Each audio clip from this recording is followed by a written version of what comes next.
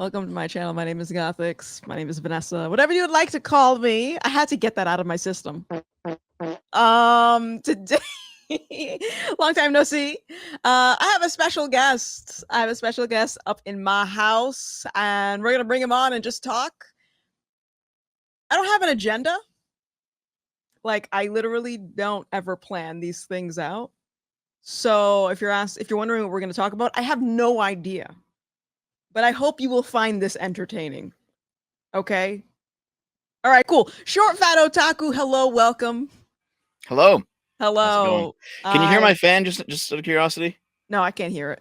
Okay, that's good. I have a fan blowing because it's really hot. Oh, it's like literally swamp ass out. Um, Where are you? I'm in Rhode Island. Okay, I'm in Canada and it's hot even here. Oh man, So yeah, it's terrible. It's terrible. Guys, how's the audio levels? Can you hear him okay? Can you hear me okay? Let me know if I need to adjust before we get into it. I use the same mic as you, and these mics always have a problem with picking up, quiet sounds. You always need to like boost them. You gotta Yeah. get some sort of a cloud lifter or something on them. Yeah. Okay, cool. So first things first, let's get to know each other. Sure. What is should I call you by what's your name? Your nickname? What's your It's name? Dev. My name's Dev? Dev. That's my Like real name. actually that's a cool Yeah. name. I like And that. I'll probably be changing my channel name at some point. I've been talking Oh, about it for like a year. Well, okay. the Short Fat Otaku thing came about because way back in like 2009, it was me and my friends, and we were like running around our small town with a video camera, making anime reviews in the style of the Angry Video Game Nerd, who was the Okay. big deal way back then, like 15 years ago, right? Mm. And like those were fun to do, but it's been 15 years, and I'm in my Mm. 30s now, and I Mm. still like anime a lot, but I don't really talk about it on the channel anymore. So Got it. I Got it. do other Got it. things now, so it's probably time to change the channel name. I've just been lazy about it. Right. No, I hear that. I definitely feel the same way about like my nickname Gothix. Like I use it because it's easily searchable, it's memorable, like people can find my paper trail. But I've just like I have a real name and I want to use it more. So I just tell people, call me Vanessa, please. Whatever you want, but I prefer Vanessa. So I um I've been watching you on and off since before the current Christian arc that you're on, because I oh encountered you, I think like 3 or 4 years ago. You got into a public kerfuffle with actual Jake, and I think you hadn't. oh, is that the corn The guy? corn guy, yeah. Oh my And I think goodness. I think you hadn't converted to Christianity by then. No, So, no, not at all. but Yeah. yeah, you were kind of in the anti-woke sphere, I guess we'd call it, Uh-huh. but not explicitly right wing. Yeah. And you were debating with this communist who's kind of ridiculous, frankly. But I Yeah. saw you have it getting into a beef with him, and I've been paying attention to you ever since. Oh man, That isn't that that was a so while ago. that's so interesting because like people like him, uh I think they have a tendency to like call out other people as if they're trying to like slay a dragon. And Oh the yeah. ironic thing is it ends up drawing more attention to that person. Hmm. So that I don't know, that's very interesting. Yeah, I prior to becoming a Christian, I was going back and forth with people all the time on social media. And now I'm just very selective with where I put my energy. And so who knows? They're probably still, talking smack, but I can't hear them. I'm too busy. Um, Especially if you have an audience, because if you yeah. have an audience, there's always going to be people who hate you irrationally, Hmm. with no solid criticism whatsoever. They just hate you, Yeah. and it's like, well, I could devote tons of my time to this, or I could devote my time to real life, or to my friends, or to creators that I'm friendly with, or even just to constructive criticism that actually has a Right. point. Right. You know, Right. Absolutely. yeah, So, um, before we got on, I told you that in case you didn't know, you have a reputation I do. because I was promoting this stream and I started getting not DMs, but like people tagging me and stuff saying, "Oh boy, here we go." And I'm not privy to every content creator on the internet, so I don't really know much about you. So could you explain where this reaction is coming from? Well, depends which reaction, because I've been in dozens of dramas over the years. I've probably had my online career fall apart like 3 times at this point, where Mhm. I've shed a whole bunch of viewers and had to restart. I Mm. mean, it depends like which one we're talking about. What did they say? Something about like what was one of them? Hold on, let me see if I can pull it up. It was like knowing Gothix and her stance, I can only assume this will end up like another Aiden Paladin situation. Okay, right. So they're probably coming from the right wing. Yeah, Mm, yeah. Okay, okay. so do you know who Aiden Paladin is? I have no idea. She's a psychology YouTuber. And Okay. when it comes to psychology, she's very smart. I think she has a master's degree.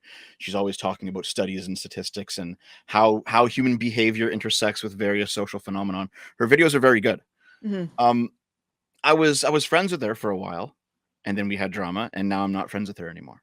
Hmm. We can get into it if you want, but it's like it's old. It's kind of like old and buried drama now. It's like a personal Yeah. conflict. It's not like a political conflict necessarily. Okay. Yeah. But it's one of those things where it's like if you're ever friends with someone online and you're a creator and they're a creator, and then there's fallout and you stop being friends, regardless of whose fault it is, whether it's both your faults or it's nobody's fault or it's actually just explicitly one person's fault over the other. Yeah. I mean, you say, you know what, I'm not going to hang out with them anymore. I'm kind of done with that.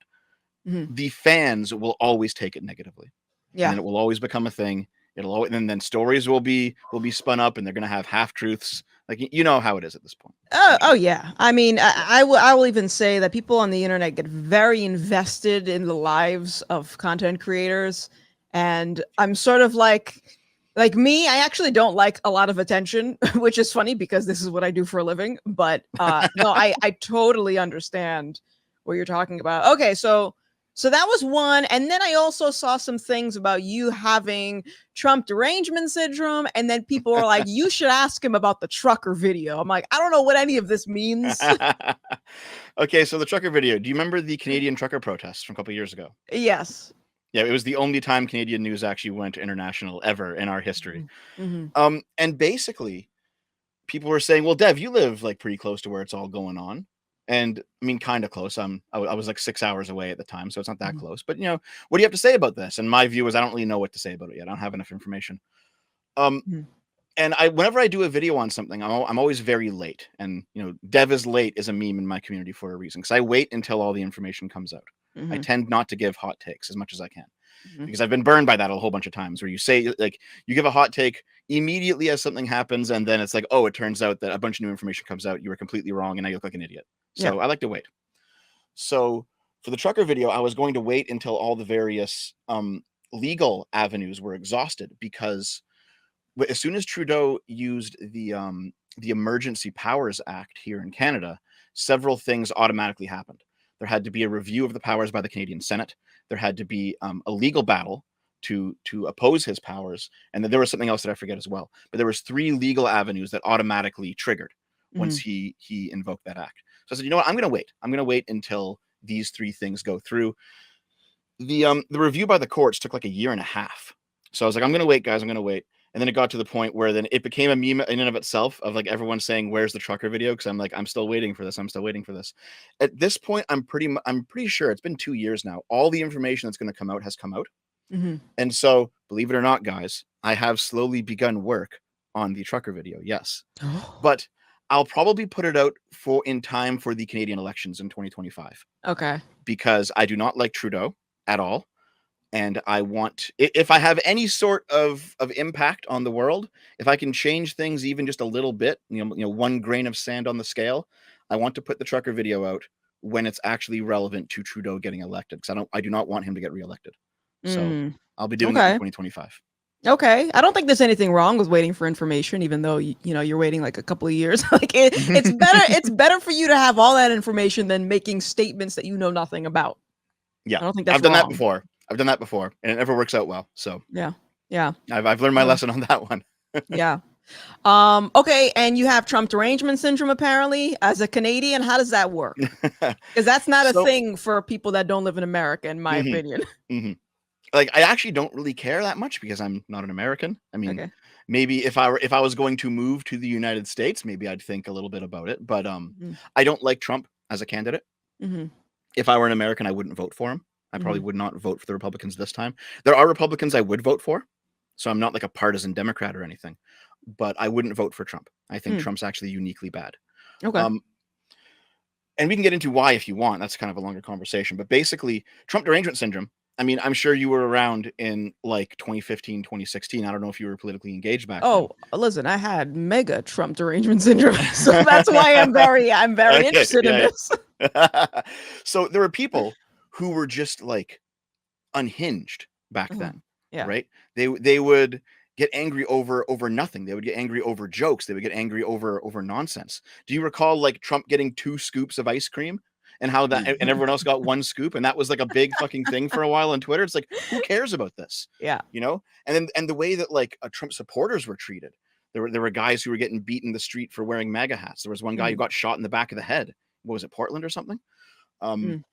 There, the Covington kids got Yeah. treated like shit. Yeah. There's so many examples of this.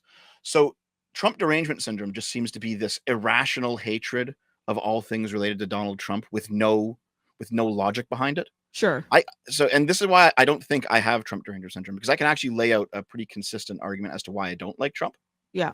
It's not irrational. I think that it doesn't come from an emotional place, basically. Yeah, no, I mean, that's how I would classify Trump derangement syndrome. Is your reasoning illogical, rooted in emotion? That's not a good enough reason to like hate someone or dislike them as a politician. But I guess the big question, and people are already asking it in chat, is if you were to pick between Trump and Biden, who would you pick? I'd choose Biden. I'd have to. What? Oh, man, listen. Canceled, ejected. I would vote for Biden's reanimated corpse, all right, hopped up on voodoo magic, before I would vote for Trump. Is that a logical thing to do, though? Yeah, I think so. I think it is. Now, to be fair, if it were like Nikki Haley versus Biden, I'd probably choose Nikki Haley. I think I'd go for the Republican in that sense, because like Biden's ridiculous. He's so old, he's so decrepit, he's like not there half the fucking time. Yeah. Right. But at the very least, I do trust that he has like decent staff around him that are doing things that, at least the staff around him, they're not like they're not empty-headed, right? They're not a corpse. Okay. But for Trump, no. I am fully on the never Trump train. That's interesting. That's very interesting. I just wonder why, because obviously you don't have the full context because you're not an American, but like our economy is shit. The border's wide open. We got drugs flooding in. We got all of this. Like, I can't even list all the things because we want to get banned on YouTube. But we got a lot of illegals coming into the country, wreaking havoc. And so I'm like, what is it exactly about Biden that you would like? I would vote for this guy, even if he was a corpse, than Trump, because listen, if they wheeled out Joe Biden's urn with the ashes inside of it, I would vote for the urn. Okay. Okay, now I know you're now you're not thinking logically. I'm calling cap. We're having fun here. We're having cap. So I mean, we could go over each one of those if you want. It kind of becomes like a semi-boring policy discussion of like certain laws that have been passed and certain things that have been done. We can do that if you want. Yeah. I don't really want to, but we'll maybe we'll circle back later. Listen, I have to take doses with the political discourse. I gotta take doses. I'm so just, oh my goodness, it's like beating a dead horse. But we will circle back to this. Here, okay. You know what? I'll give you one. Okay. I'll give you one. Just let me quickly find it here. All right. Give me 30 seconds. Maybe now is a good super chat time while I grab it. You'll get 30 seconds.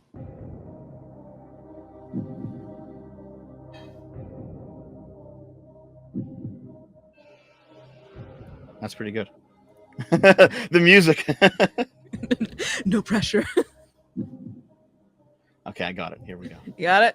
Here, I'll give you one taste of the kind of thing that I look into on my channel, since I'm primarily a politics and drama channel at this point. Okay. I'll put it in the Twitter DMs.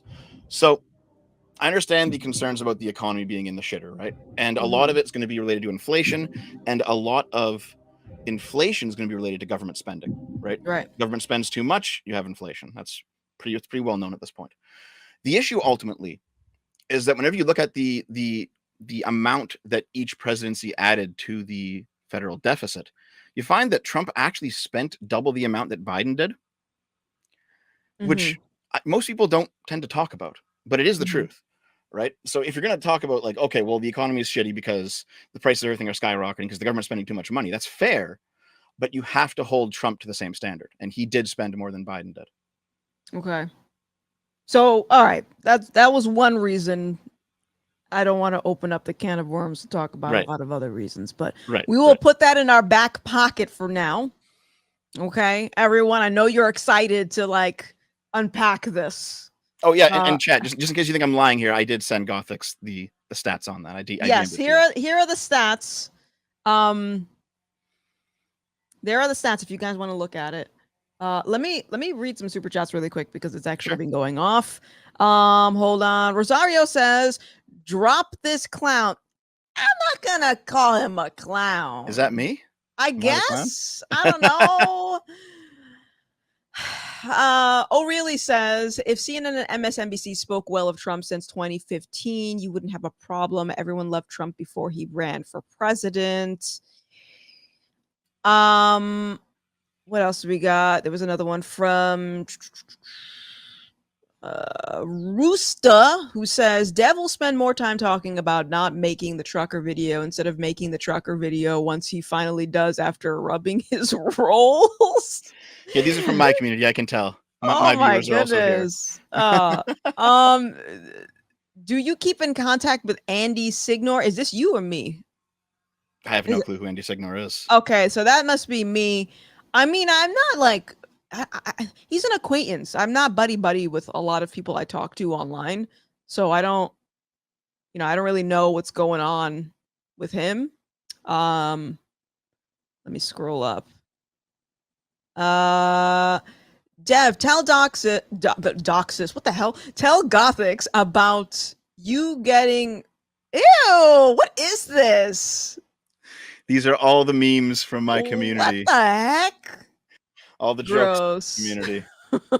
Thanks, Blonde. Thanks for okay. He goes to every time I have a guest appearance, he'll go and super chat that. Yeah, that is the grossest memes. Intense. That's very intense.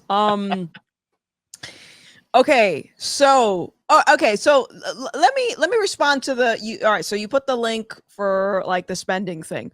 I guess my question, because you said that, okay, you don't think that other people who are in the Biden administration are totally off their rocker. You think there is some coherency there.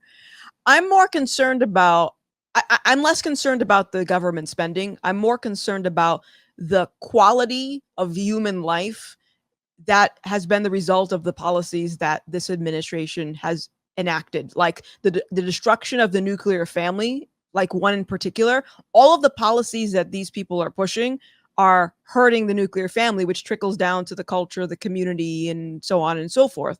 So I'm concerned about voting for someone who believes in their mind that the ends justify the means and will do anything possible to achieve their goal.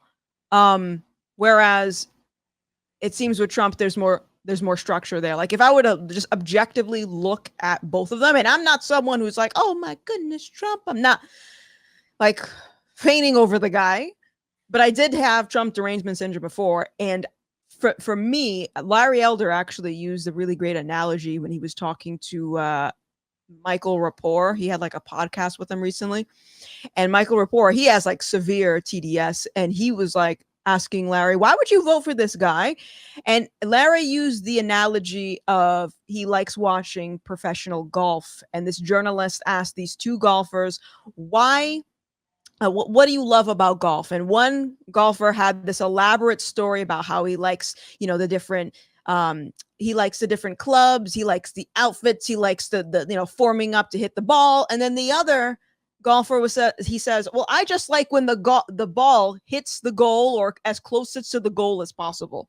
So if we look at that in the political context, I care about what is the end game and what is the quality of getting to that end game, instead of necessarily the person and the stupid things that they say. And the spending is important, but I'm looking at this like people strung out, on the side of the road because of all of these policies. I would think that's equally as important. No, we got a fly flying around my face right now. Sorry.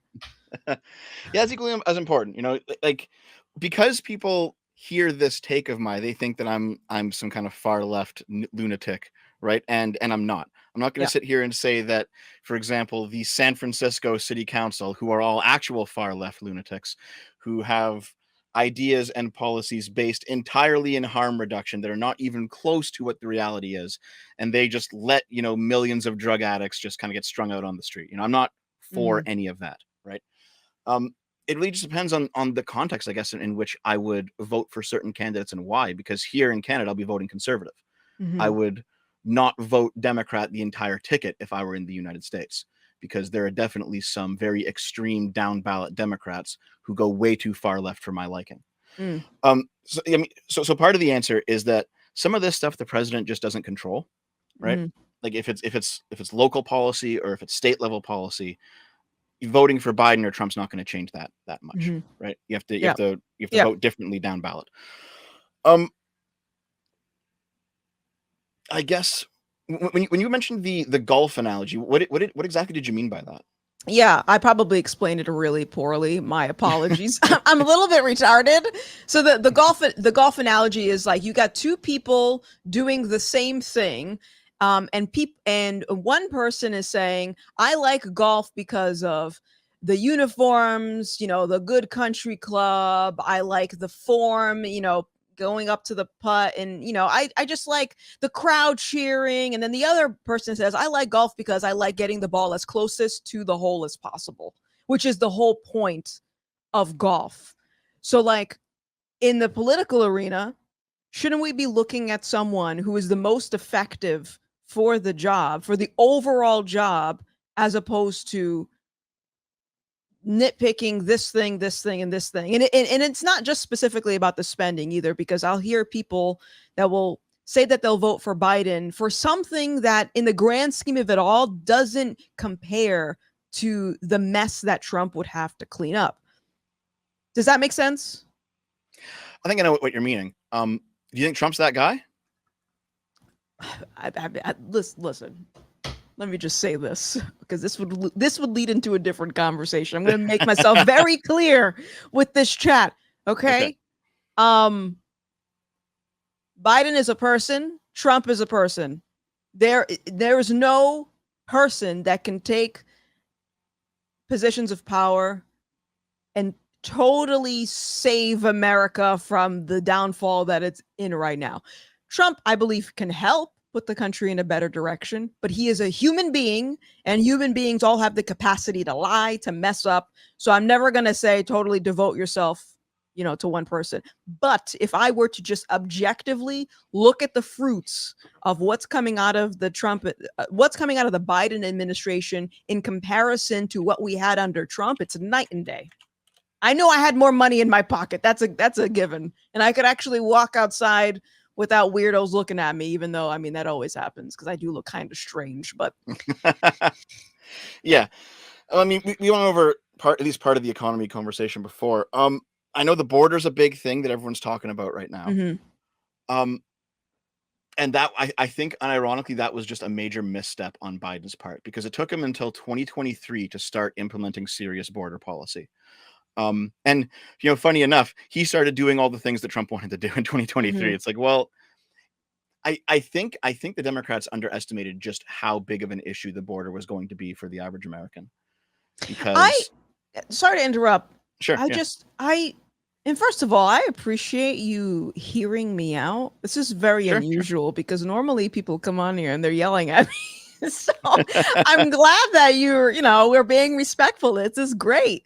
Um the other day, you and I haven't read this book, but you tweeted out a photo of this communist book talking about how communists use the queer ideology for other things, to pursue Yep, other things. Okay. yep.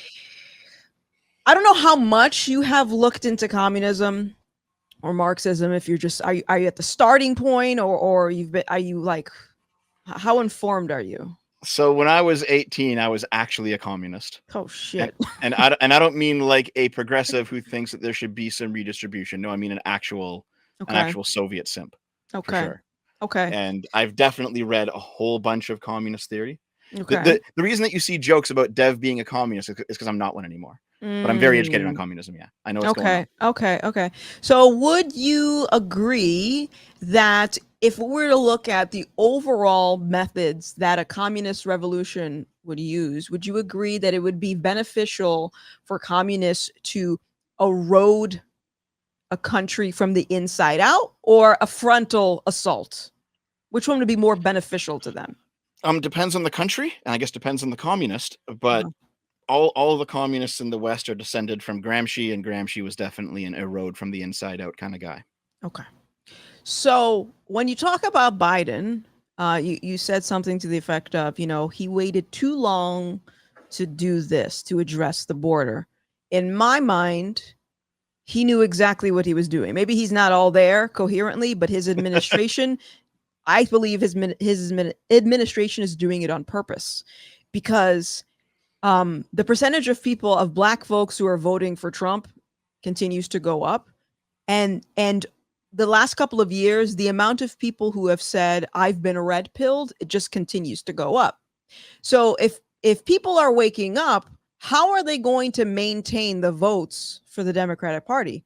Logically, if you open up the border and you're giving all of these illegals all the free things, if you were to survey them, who are you voting for? Biden. Why? Oh, he let me into the country. So like I am on the fence of like, and this goes to the reason of why I would vote for Trump over Biden is Biden's administration, not just like the presidential level. I'm talking like these people are in cahoots with each other, and I think they're doing this intentionally to erode the country from the inside out and push for policies that would put more power in their favor, and the illegal immigration is one of those things. Well, do you think that illegal immigrants are voting enough to actually swing the polls in their favor? I mean, I don't know. I have not spoken to any, but that actually, let me add to this. Illegal immigrants plus the trans thing. From the outside, this might not seem like they're correlated, but from a communist perspective, if you are offering quote unquote trans rights to a specific group of people, then naturally this group of people is going to vote for the person who is awarding them those rights. Same with illegal immigrants. You're getting all this free stuff, you're getting free housing, you're getting all these paychecks. Why wouldn't you support the Democrats? Well, I understand that, yeah, but like, I mean, if they're illegal immigrants, they can't vote, right? I think it's by state. I know personally in Rhode Island, I got a notice in the mail asking me if I would back that bill. I'm like, no, hell no. So I don't know. But as far as I know, that's the plan. And even in the context of influencing people, like if they have the power to influence people, like all of these, like I don't know exactly where everyone is coming from, but like that's word of mouth. People inherently are following the leader. So I think that's another aspect of it. It's like free advertising for the Democrats. Right. I just wanted to look it up just to make sure. Go for it. The Illegal Immigration Reform and Immigrant Responsibility Act of 1996 explicitly prohibits non-citizens from voting in federal elections. It is not legal in any state for a non-citizen to cast a ballot in a federal election. Any instance of illegally cast ballots by non-citizens has been investigated by the authorities, and there is no evidence that these votes have been significant enough to impact any election's outcome. What about dead guys? Can dead guys vote in elections? I assume not, right? It's one of those things where like on paper it says no, right? So here's the thing, right? Here's why I think people on the right don't like me. Okay, it's because they'll say, "Well, I'm not casting shade on you. I'm just using you as an example because you're the one who's here, right?" When you said, "Well, the illegals are coming in and they're voting," and then I look into it, and I don't find any evidence of it. Right now, that doesn't mean that I'm blind. And I just ideologically believe that the law is being followed perfectly and nothing bad ever happens. I'm not like that. Yeah. But I do need to see evidence that it's happening, Sure. What would be the reason why all these illegals would be coming into the country? If we were to take that aspect out and not even look at what the law says, because the law is going out the window. That's why I made that comment about are dead people allowed to vote? Because a lot of dead people apparently voted for the last presidential election. Somehow they were able to. This Well, is new we can look that technology. up too if you want. We can look that up too if you This is want. new technology. But in general, what would be the reason for all of these illegals to come into the country? Logically. Oh, logically, Yeah, that, like why? a better life for them. But they're illegal. Why would the government say, "Oh yeah, come in," and pretend Oh, that they actually care about the problem? why would the government let them in? Basically, Yeah, yeah. I think some of it's going to be out of just a misplaced sense of compassion. It's like we have to save these people, like that sort of thing. It's like, well, I understand human compassion, but you can't save everyone, and you can't destroy yourself saving people who are trying to come here. Some of it is going to be there's going to be economic incentives Mm-hmm. where if we can bring in people and they can form like a new underclass of low-paid workers, that could be part of it. There's a bunch of different reasons, but I understand the point of view that they're going to come in and then they're going to vote for the Dems. I just haven't Mm-hmm. seen evidence of it. Yeah, well, let's say they're not. Let's say they're teeing that up. That would be bad. I agree. Yeah, That's a possibility, right? sure.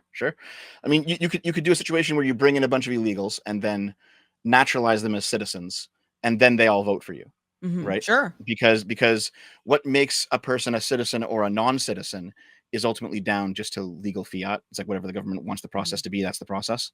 Yeah. So that's why generally I'm more in favor of deporting illegal immigrants from countries rather than turning them into citizens, even though they've been there for a while. You know what I mean? Yeah. Because it's not fair to want the people who actually did come in normally, Yeah. who actually did Oh, follow the immigration process. that just someone in chat just reminded me something. I totally forgot about this. Have you considered they said Dems are fighting for voter ID laws. That's another big thing. So they're trying to get people to vote without needing an ID. Like this is a thing, especially surrounding because they'll use black people and they'll use this as an excuse.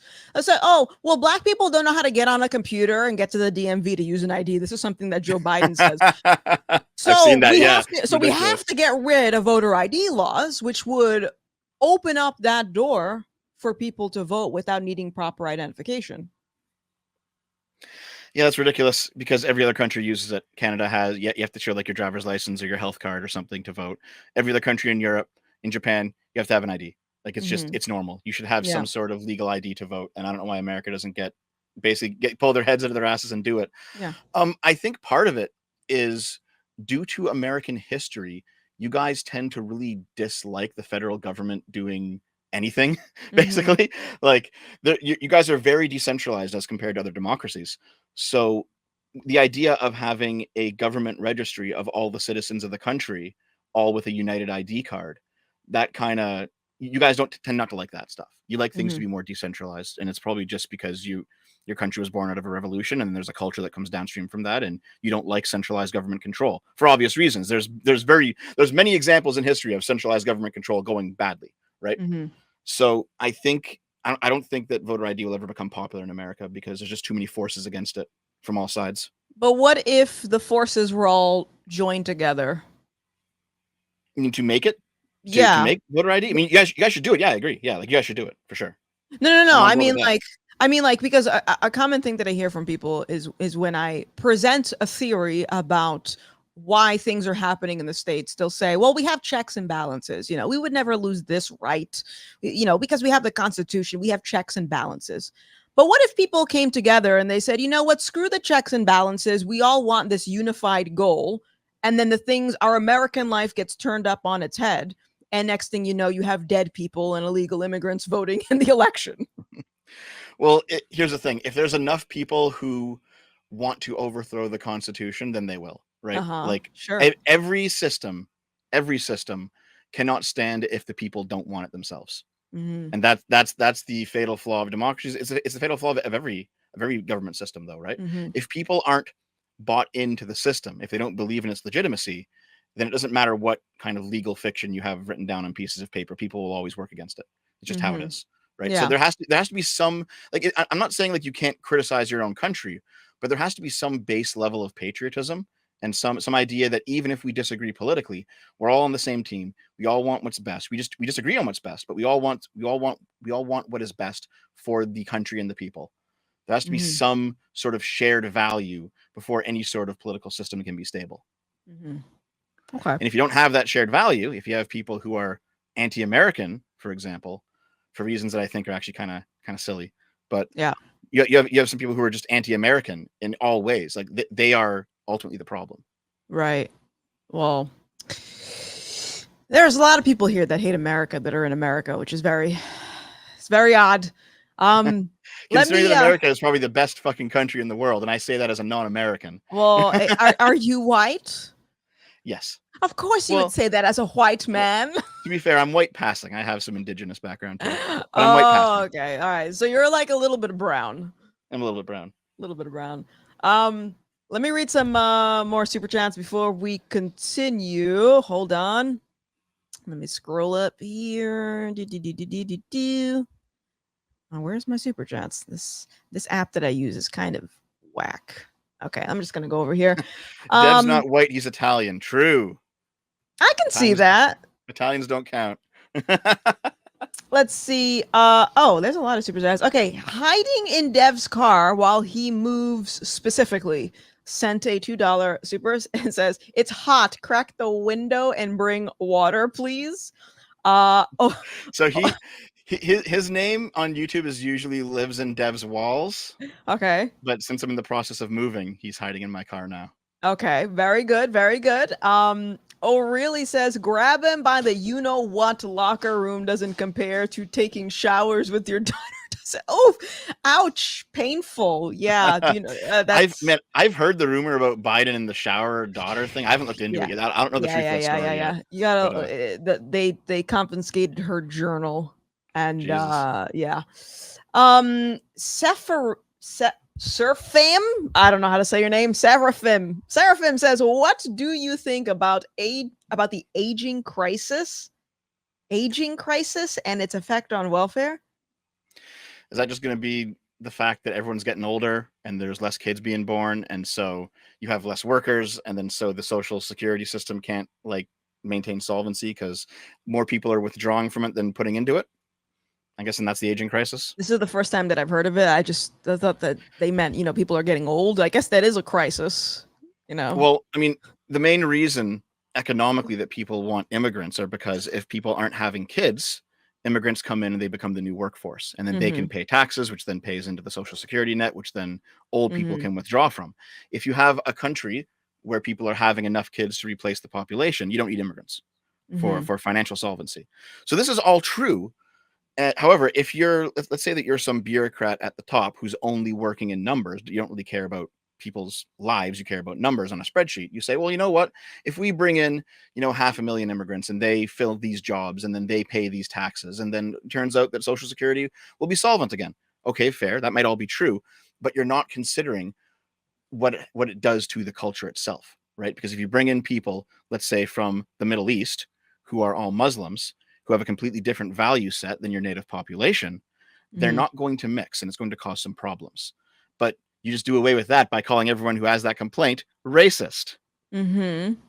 So right. the issue with immigration is that it's not even that immigration itself is bad, because it's not. It's the numbers that we're taking in, and it's the type of people that we're taking in. Because there are some, like, people think this is racist, but it is true.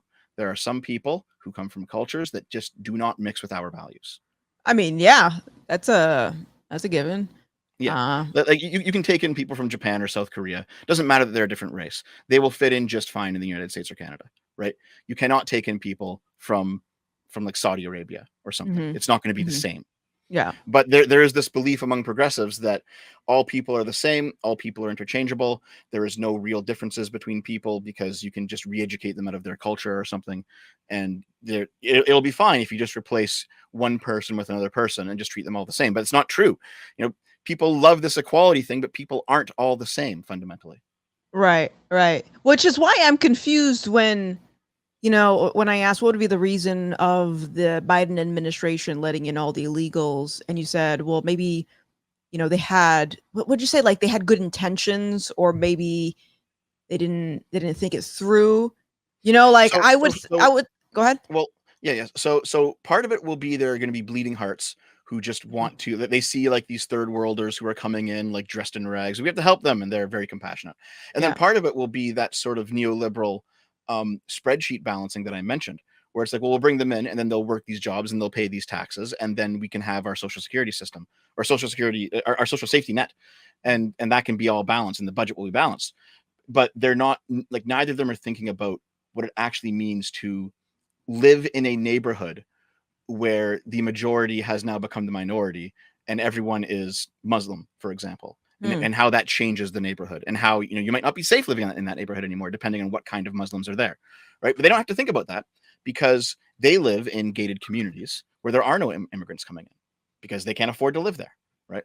So there are policies that are put into place that where basically they can feel morally superior by wanting these policies, but they never have to acknowledge that these policies don't only have positive effects, they have negative effects as well. So this idea is it's called luxury beliefs. Okay. If you've heard of the term. Basically a luxury belief is something that you can believe in because it makes you feel morally superior, because it almost sounds morally superior, but you can ignore all the negative effects. That sounds like a communist. What, people who believe in luxury beliefs? I would say so. That sounds like a communist. I wouldn't call it communist, but I would call it progressive for sure. Okay. Yeah, the NIMBY attitude is related. Yeah, the not in my backyard thing for sure. Okay. Yeah. So I mean, luxury beliefs doesn't. If you actually look up luxury beliefs, it comes from a guy who wrote in 1899 about how as soon as America became dominant, the idea of very strictly seeing class kind of went away, because back when you had nobles, you could very clearly tell who was a nobleman and who was a peasant, right? By how they spoke, how they looked, what they did. Everything about them was different. And in the United States, that wasn't the case. So you had luxury labor. And luxury labor was things that people performed because only upper class people could perform them. So a great example of this is golf, right? Golf is a sport that takes a lot of time and takes a lot of resources, and basically only rich people can afford to play golf. At least 100 years ago, that was the case, right? Poor people didn't play golf, only rich people did. And now that phenomenon has transformed into luxury beliefs, where you hold certain political positions, not because they're necessarily correct, but because they signal you as being a member of the upper class if you hold them. So one big example is immigration, right? Is being too compassionate in immigration. Another one is basically drug use or being promiscuous, right? So you have like the degenerate lifestyles where you have people who they have multiple girlfriends, they have multiple baby daddies, they have they do drugs constantly. Rich people can do that, and they can afford to do that because they have enough money to pay off all the alimonies or all the child supports, and they have enough access to medical technology to survive going on constant drug binges, right? Poor people don't have that. So when poor people emulate the culture of the rich, they die generally because they cannot push back the negative effects of this behavior the way that rich people can. So that's why generally when you see people who are in the upper classes, they tend to be more libertine about things.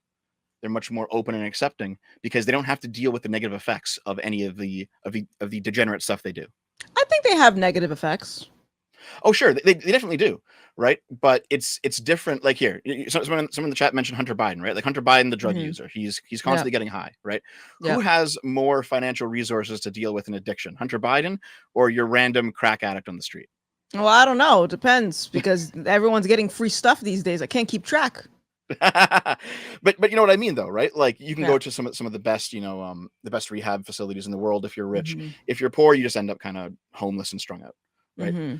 So, yeah, this is something that I've come to learn over the past few years of doing a lot of reading. A lot of stuff that we talk about in politics ends up having its roots in psychology, in human psychology, right? And that's a very long conversation, but basically, there are some things that you're just not going to be able to change because they're rooted in human psychology. And then also a lot of people who make political decisions is also rooted in their psychology as well. Okay, let's put a pin in that. Sure. Let's put a pin in that. Let me read some more super chats. Sorry for rambling so much. No, you're good. You're fine. Rambling is good. That's what I do sometimes. Let me read these really quick. Artemis Fowl says, "Here's $2. This is the money I would have given to Dev." Well, thank you. Hi, Artemis. Artemis sends another message. Murder is illegal. It's why nobody does it, and why NGOs are telling illegals to vote for Biden and how to do it. Brandon says, thank you for the 5. Also, Biden deported refugees from Venezuela who were escaping socialism because it's bad for optics. Artemis says the Selective Service Act is going to be made automatic to track you forever. Why shouldn't that be used for voting? Okay. Probably should be. All right. So I want to pivot a little bit. Sure. Because I think this relates in some way, or in a lot of ways. So you said a lot of the things that happen in politics stem from psychology. And I believe that psychology stems from human nature, in the sense that we are designed to have sort of like human beings exhibit certain behaviors and tendencies all throughout history, and that leads me to believe in, like, we were designed by a creator. And I believe when I said that, the rich people who do X, Y, and Z, they may be able to get away with doing whatever in like the natural sense, but from the bigger, broader conversation, they're just as doomed as the poor people. And I think what you're describing is just sin. So I want to pivot, because you've been in my chat a little bit, and you stopped in some of the religious dialogue. So I want to get your position on where you are right now on a spiritual level. Sorry to say, but I am one of those unsaved atheists. That's how it is. That's rough. That's rough. I used to be there. Not an atheist, though. Now, can I ask you why atheism specific? Oh, first of all, can you define that? Because apparently there's multiple definitions for this word now. Yeah. I don't believe God exists. Okay. Basically. That's a very direct statement. Yep. And why would you say that? It's just how I feel. It's how you feel. Yeah. Okay. So here's the thing, right? We at the very start of the conversation, we talked about Actual Jake. Okay. Right? The corn guy. And he got his start the same way that like Amazing Atheist got his start. So he was like a late 2000s YouTuber who was doing the Reddit atheist, fedora tipping thing. He was arguing with creationists online. He got big doing that. And then you have guys like Sargon of Akkad, who was also an atheist. I think he still is an atheist, actually. And they kind of aligned back then because everyone was arguing creationists and religious people online. However, like after like 2014, between 2014 and 2016, that group kind of split in half, where a bunch of them, because they were atheists, they were materialists, and so they became socialists, which is why now Actual Jake is a commie. And but then guys like Sargon, he didn't go down the socialist pipeline. He became a cultural conservative. And I've heard him talk about it several times. And for him, he simply said, listen, I understand that the conservative values of our cultures, they're better for raising kids in. They're more stable long-term. They tend to make most people, not all, but most people happier generally if you follow them, at least to some degree. Everyone's a little bit different. So maybe there's going to be some traditional things you don't do and some that you do and some that you don't, right? But however, he still is an atheist. And he said simply, even if all of the ethics of the Bible are correct, he was simply raised in a culture that does not allow him to believe in anything supernatural as an adult, because he came to a lot of these political realizations too late in life. And that's probably the same with me, because if you read the Bible, and I have, and you go over a lot of the moral lessons of the Bible, there's generally some very good things in there. Like if you had to choose the best religion just based on the ethics, it would be Christianity. If you had to choose the person you would want to most be like, it would probably be Christ. Like there's just, the ethics are just top tier, some of the best that humanity has ever created, in my opinion. But the belief isn't there. And that's where I am, is that the belief is not there. And like I said, you and I had a I think a text conversation about this at one point. Not like over text, not texting on a phone, like as in typing, right? Yeah. And I basically said, like, I haven't had an epiphany, basically. The way that you have. Yeah, that's fair. Um, can I want to talk more about this, but I totally neglected to ask you, how did you go from communist to not communist? Can you tell me a little bit about that? How that happened? Sure. Um, well, my story is going to sound a lot like a lot of people who used to be communists and they weren't. I was considered this this sounds like I'm blowing I'm tooting my own horn. I'm not. I'll Mhm. just be frank about it. I was considered gifted when I was young. Okay. Um, I went off to university. When I was in grade school and high school, I never had to study. I never had to do homework. I simply aced everything that was put in front of me, and it seemed like I was above everyone. As egotistical as that sounds, right? I went off to university, and then I realized that I hadn't learned any ability to actually work at a problem that was hard because I'd never actually encountered a problem that was hard before, and Mhm. so I failed out. I failed out of university after 2 years because I just couldn't hack it in a truly academic environment. And then I worked a blue collar job for a year and a half just to kind of make ends meet before I went back to school. And during that year and a half, it was the first time I really got to interact with true working class people. And I realized very quickly every single thing that the communists said about working class people was wrong. Okay. And that was probably it was that, and also getting out of the ivory tower, that helped a lot. By the end of my time at that job, I was definitely no longer a communist. Mhm. Okay. Wrong in what way? Like, can you give me an example? About how the communists were wrong about the working class. Yeah, yeah, yeah. Are you talking like morally wrong or what? Um, Morally and factually. Like Okay. I know, for example, Marx said that like the communists, the working class felt oppressed by their bosses, which was sometimes true, but not in the way that he described. Mhm. I know Marx's end goal ultimately was a moneyless, stateless, classless society with no trade, no government, and people simply sharing everything communally. Mhm. And there was no working class people I ever met who ever wanted that. They always wanted their own thing, right? Right. I think the biggest difference is that the communists tend to believe that working class people want help, and sometimes they do. But what they want more often than not is the opportunity to help themselves, Mhm. which is a big difference from simply wanting help from someone who's above you. And that was the big thing, because as soon as you realize that, like, that is a psychological difference, I think. As Yeah. soon as you realize that, oh, they actually have a completely different motivation, everything else that stems from that motivation is different. Mhm. Okay. All right. Yeah. I was just curious about that. Because I don't know if you know this, but Marx was an atheist, Hmm. and a lot of communists are atheists. Yep, And do you recognize the correlation there? I do. Yeah. Absolutely. Yeah. Well, it's like I said, the issue with me is belief, right? Okay. Right. So here's the test, right? But So isn't being an atheist you're still believing that there is not, like, you still have a belief? of course I do, yes. Yeah. Because here's the thing, I'm just one person. I can't truly know if God exists or not. But Mhm. I believe that he doesn't, yes. Okay. Yes, you Well, believe that. Okay. here, Okay. I'll give you a test real quick, okay? So Okay. you're a Christian, and before that I you mean, were I don't some know. type. Am I? I'm just kidding. I assume so. I assume so. Yeah. From Yeah. what I've Yeah. heard, you seem like a Christian. Yeah. Okay. Before that you were into the occult, Yes. and you were also an atheist at one point as well. Yeah. I went from Wiccan occult to agnostic, not straight out atheist, but I was anti Christianity. Right, right. Okay.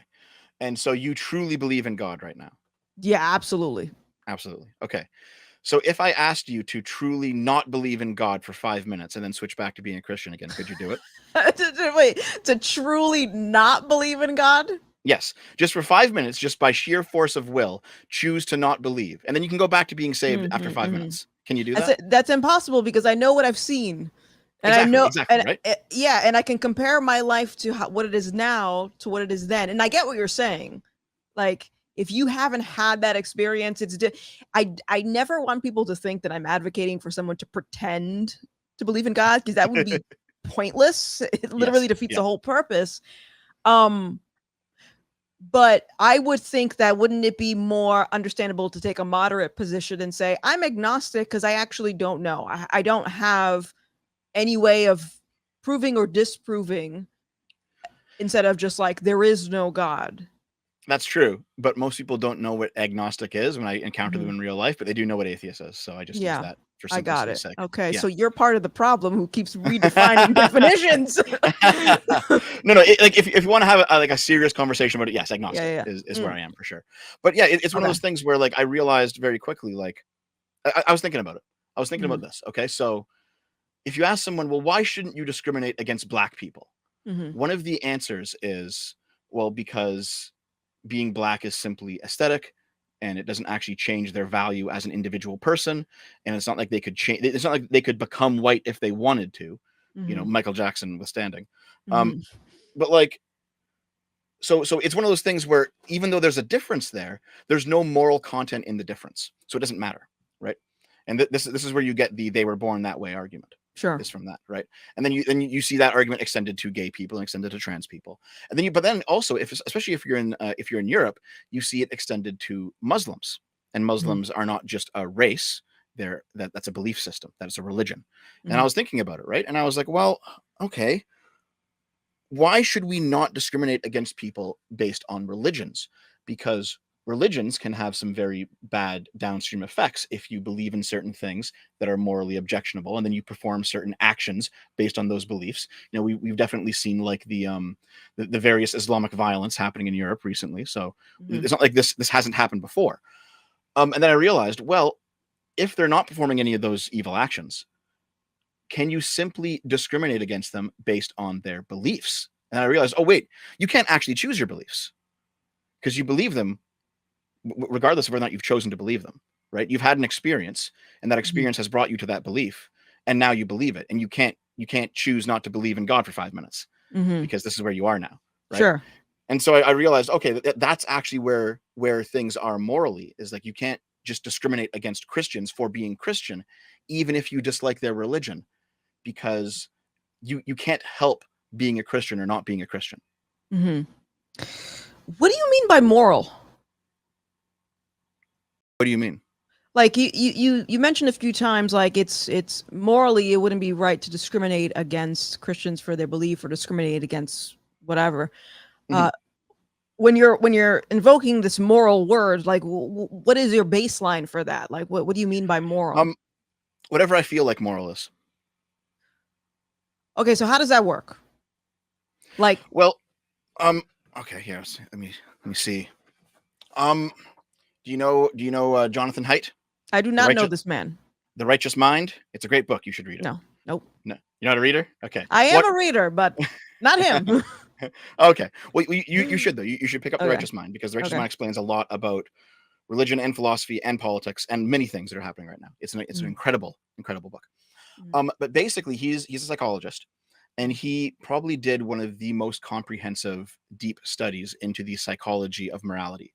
Why is it that people who seem to be good have big differences in politics, in religion, and in morals? mhm. And so he basically put, yeah, I'll get the list out real quick. Okay. Um, okay, okay, moral foundations theory is how he described it. Okay, so he said that morality in humans works the same way as taste in food does, or taste in music or movies or video games or taste in sex, right? Okay. It's a subjective thing that is different for everyone, and we feel it. And a lot of that's going to be just inborn in us. It's going to be essential to who we are, but we can also, with effort, push on the edges of it and kind of change how we feel about these things sometimes. That's where you get, like, for food, you have like acquired tastes, right? Okay. You can do the same thing with morality. So he outlined basically there's six moral tastes. And he said that they were care and harm, fairness and cheating, loyalty and betrayal, authority and subversion, sanctity and degradation, liberty and oppression. And Okay. so we have these six dimensions as humans, and we all kind of plot a little bit differently on them in what we feel morality is. And then he takes his research and he overlaps it with certain personality types, and we realize that, well, certain personality types are more likely to have certain moral codes. He overlays it with politics, and you realize certain people politically have different moral codes as well. So, for example, progressives tend to overwhelmingly focus on care and harm, Mm-hmm. to the detriment of all of the other five. So they don't care if they're cheaters. They don't care if they're betrayers. They don't care if they subvert. They don't care if they degrade things. They don't care if they oppress people. All they care about is whether or not people are just being physically hurt or not, right? And that, by the way, explains a whole bunch of various progressive actions, is how they view the world morally. Okay. Um, and then if you look at, for example, conservatives tend to hold all six of them in relative balance with each other, all six of these tastes. If you look at someone who is an unironic fascist, they tend to value authority more than the other five, Mm-hmm. right? And so what it seems like morality is it's these set of six tastes that intersect, and they generate emotions in us that we experience, and then we say, oh, that feels moral or that feels immoral. Mm-hmm. And that seems to be what morality is. So is that your position though? Like your morality is based on your emotional response to them, and then you determine whether something's right or wrong based on that feeling? Yes. How does that lead to a coherent moral system if everyone is doing that?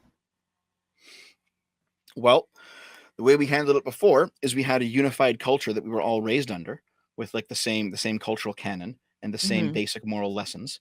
And because we were all raised the same, there would be differences between people for sure, but there wouldn't be radical differences, right? There wouldn't be completely different competing value sets that would come in and try to subvert other ones. Mhm. So the fact that we no longer have a unified culture, this goes back to the political conversation from like an hour ago when I said everyone has to be at least a little bit patriotic.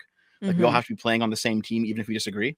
Yeah. In the absence of that, everything has become undone. I don't think that, I mean, I could be wrong here, but I don't think we've ever, if I were to look at from a general standpoint of the whole world, I don't think there's ever been a 100% unified uh nation. I think I think the whole moral subjectivity has always been a thing Mhm. in my view since the fall of mankind, and uh patriot or not, or people in lockstep with a certain political ideology, you're still going to have moral problems within that because it's still people importing their own perception of what morality is. So that's why I was asking about your communist journey. You went from being a communist to not. You realized that they were wrong on a logical, moral level. But how can you argue that anything is morally wrong if everyone is doing exactly what you're doing, just experiencing a feeling and then determining based on that feeling whether or not they're right or wrong? Well, because I'm not an objective agent, right? Like whenever you talk to, let's say, an actual, I know there's some people in the chat who are saying Mhm. Dev's a leftist. I'm not a leftist, guys. I'm not a rightist, but I'm not a leftist. Okay. When you talk to people who are like genuine leftists and they Mhm. say, well, like, do you recall, to use an example, it was last year, I think, it was the World Cup in Qatar, and there was a bunch of gay people going over to a Muslim country and being oppressed for being gay because Uh-huh. they're all going to go see the World Cup. Do you remember the story? Yeah, yeah, yeah. Yeah, yeah. So you had people on Twitter saying like, "Well, it's not a matter of morality. This is just basic human rights. You can't oppress people for being." And I'm like, hold on a minute. What are human rights? Are they not like a moral statement? Are they not a moral Oh. statement that you should not treat people a certain way? That it is morally improper to treat people in a certain way? Like that's what a human right is. It's a moral statement. All right. So you can't just say, well, this isn't about morality. It's about human rights. What they're doing there, and they don't know that they're doing this, but they are doing it. They are taking an objective position outside of the system and then trying to look down on it from above. Religious people would say that they are trying to become God, because God is the only God. The position of God above the system, looking down on it, is the only objective position.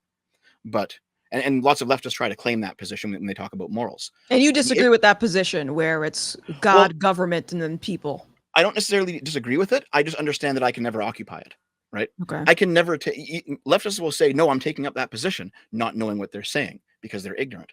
But I don't sit here and say, "Well, no, I'm taking the position of being objective," and now I'm looking down and using my subjective moral code as if it is the objective one and casting that across all of humanity. I'm not doing that because Mhm. I can't, because I'm just one person and I'm very limited because we all are. I'm simply saying that what is moral to me is simply a generation of what my feelings are. Okay. And I'm not saying that everyone else should be like that. But what I am saying is, if everyone in a society has similar moral codes, the society is more stable and functional. Sure. I mean I could agree with that. Um so you mentioned human rights. Mhm. And you said human rights are, what did you say? Human rights are just another way of saying like a universal morality. Okay. Yeah. So where does that universal morality come from? Like, who gets to establish that? Right. So the answer for you is God, obviously. Well, yeah, because otherwise the question is which human, and Hitler didn't, Mhm. he Mhm. had his own different definition. So how does that work in your context? Right. So for me, there is no answer to the question. Right. If you Okay. like I said, if you talk to like an atheist leftist, if you went and talked to actual Jake, he would just like flummox around on stage and talk about like, well, this is obviously better because it's socialism. We can make everyone's lives perfect. I'm Goodness. not going to sit here and do that because again, I'm not a leftist. Yeah. For me, there's no answer to this. It Okay. is simply the practical reality of what the political situation is on the ground. Right. However, there is a roundabout answer, and it is that however it is that the United States and other liberal capitalist democratic countries have stumbled upon their sort of middle of the road morality. A lot Mm-hmm. of it's going to come from Christianity, some of it not, but a lot of it is.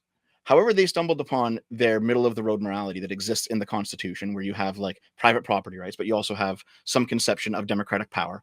And these are competing interests because they're like, one of them is fully inclusive, everyone votes. One of them is fully exclusive, you own your own property. These are things that aren't in alignment, but they are balanced against each other. Mm-hmm. And over many hundreds and thousands of years, we've basically discovered what is a good balance for these things. And then you have America, you have countries aligned with America that broadly have the same cultural conception of what rights should be. Yeah. And even though it's not objective and it doesn't come from God, we have figured out that it more or less functions in the best possible way when you see its downstream effects. Like, I would rather live in a Western country than live in Saudi Arabia, right? Or Well, live in India, or live in okay. Afghanistan. You know what I Okay. mean? Okay. Okay. I see what you're dropping. And okay, you know what? I'm gonna ask this question. I'm just gonna be very Sure. direct. Good. What evidence do you need to believe in God? I can give you no standard. No standard. I have to have an epiphany the way that you did. Okay. Okay. So you're not okay. So I think that's better because you're not looking at it from an analytical perspective. And oftentimes when I talk to those types that want, a 5-point plan with schematics and data and all this stuff, it's they're too smart for something that doesn't require a lot of debate, I guess.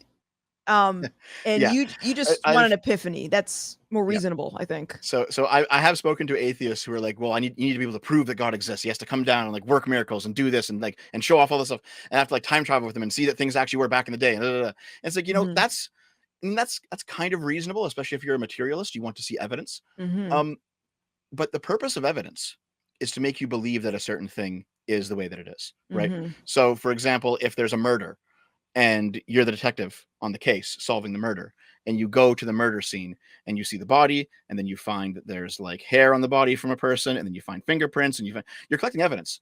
And the Sure. evidence leads you to believe that it was one person who killed him. It was that guy. Sure. He's the murderer, right? So evidence exists and it's important, but it's a secondary thing. It serves to establish belief. Uh-huh. But the belief is what you want. Do you Believe want to? Do I want to believe? Yeah. Um, I'm neutral on it. I don't hate the idea of it, but yeah, if I Yeah. did, I did. Okay. I don't think of it as being better or worse. Okay. It's one of those things where it's like it's almost uncontrollable. If it happens, it happens. Interesting. You know what I mean? Okay. Okay. I guess I can understand because I wasn't looking. But I can understand. So what do you what keeps you grounded in the midst of all this political arena stuff? Let's say tomorrow all your rights get taken away from the government. Government says no rights for you. We're taking your food, we're taking your property. you are our slaves now, what would keep you going? Well, in that case, probably the revolution. Revolution! You're locked up in a cell. Let's fight. It's no. At that point, it's time for actually to revolt against the government. Let's fucking go. All right. But Definitely. wait. But why? Why would you revolt against the government if morality is just subjective? Well, because my life would be worse. But that doesn't mean it's wrong. Like objectively. No, but it would be worse. And here's the thing. I'm not an Mhm. objective person. Yeah. I can just fully admit that. Is that it would be worse for me, so I would try to change it. So the person who would want to oppress you in this hypothetical scenario, if they took their actions as something that would benefit their life, well, now it's their morality against your morality. Yep. And that's just how it is. That's just how it is. We fight it out. Well, that sounds freaking terrible.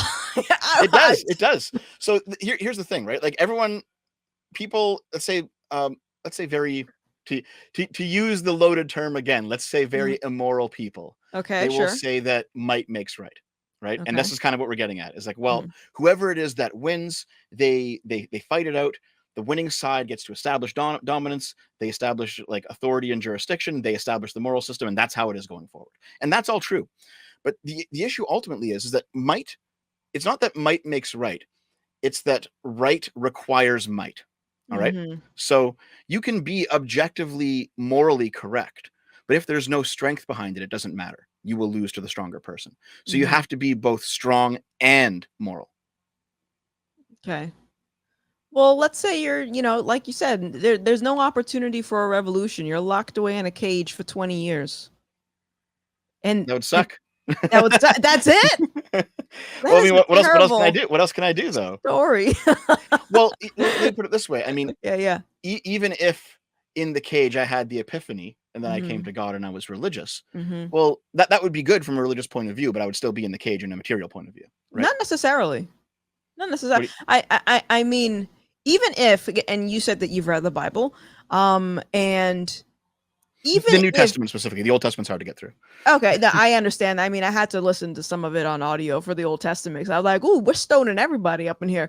But even if you are in and this is the call to Christians in general, is that despite your circumstances, even if you are locked up or you are in a really negative situation, that's still an opportunity for you to respond in the way that Christ wants you to respond.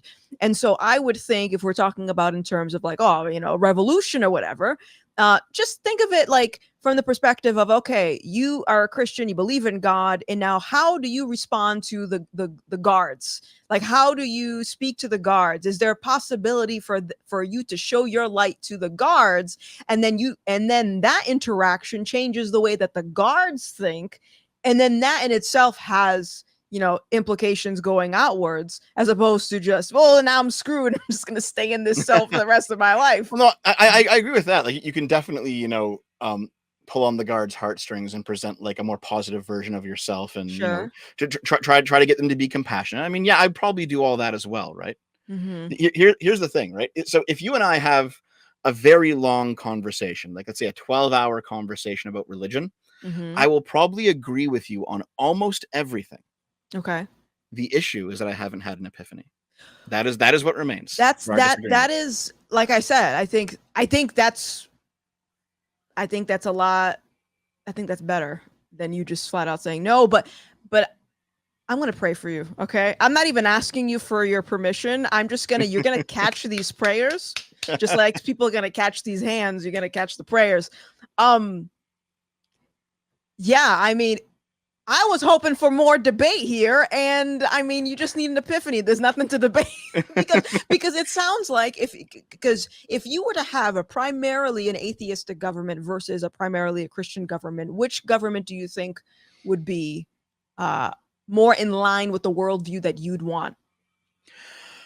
I'm not exactly sure, to be honest, because, for example, if the Christian government decided to make homosexuality just flat out illegal, I wouldn't agree with that. I think that would be a bad policy to implement. So I'm not exactly sure. Are you gay? I'm bisexual. Oh, shizzle! Why are you gay? It's fun. Okay. No, Okay, I got you. it's one of those things. It's like I said, it's one of those tastes that Mhm. you're born with. You can push on the edges of it, but it is largely just Mhm. kind of innate. Yeah, Mhm. Okay. I have always been interested in both men and women. Okay. Just how it is. Interesting. Interesting. Okay. I mean, I don't obviously as a Christian, homosexuality is viewed as a sin. Mhm. I don't agree with the notion of banning sin because that's not actually fixing the problem. The solution to sin is God. It's the Holy Spirit. It's not making laws that people are going to break. Not saying that there are extreme laws that we should put in place to stop people from, mass murdering one another, but I think that I think trying to legislate people to be more moral in that aspect, it doesn't actually work. It's not effective. Mhm. But what do you think about the notion of if homosexuality wasn't illegal, uh, do you think it's still a good idea to not celebrate it as something as normal? Could we argue that it goes against nature, or would you be opposed to that as well? I guess it depends what you mean by goes against nature. Yeah, like can two dudes ever have a baby? Obviously not. Okay. Obviously Uh, not. do you think that there is an intended design for sexuality? Like, the shapes go into one another, I women, mean, man. design implies a designer, right? Which I don't believe happened. Right. But Right. I mean, like, there's very clearly a way in which you can engage sexually and create children, and then there's ways in which you can engage sexually and then you don't create children. Obviously, Mhm. right? Now, Sure. the issue is that, like, does that mean that it has a purpose?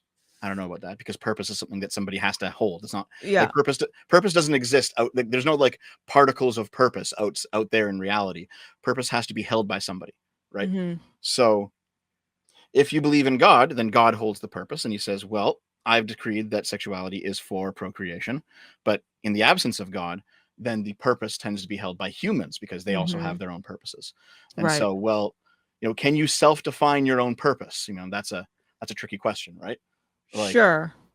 Well, I think very, go ahead, go ahead. no, I was gonna say I think that would lead back to the notion of morality being based on your own, subjective feelings.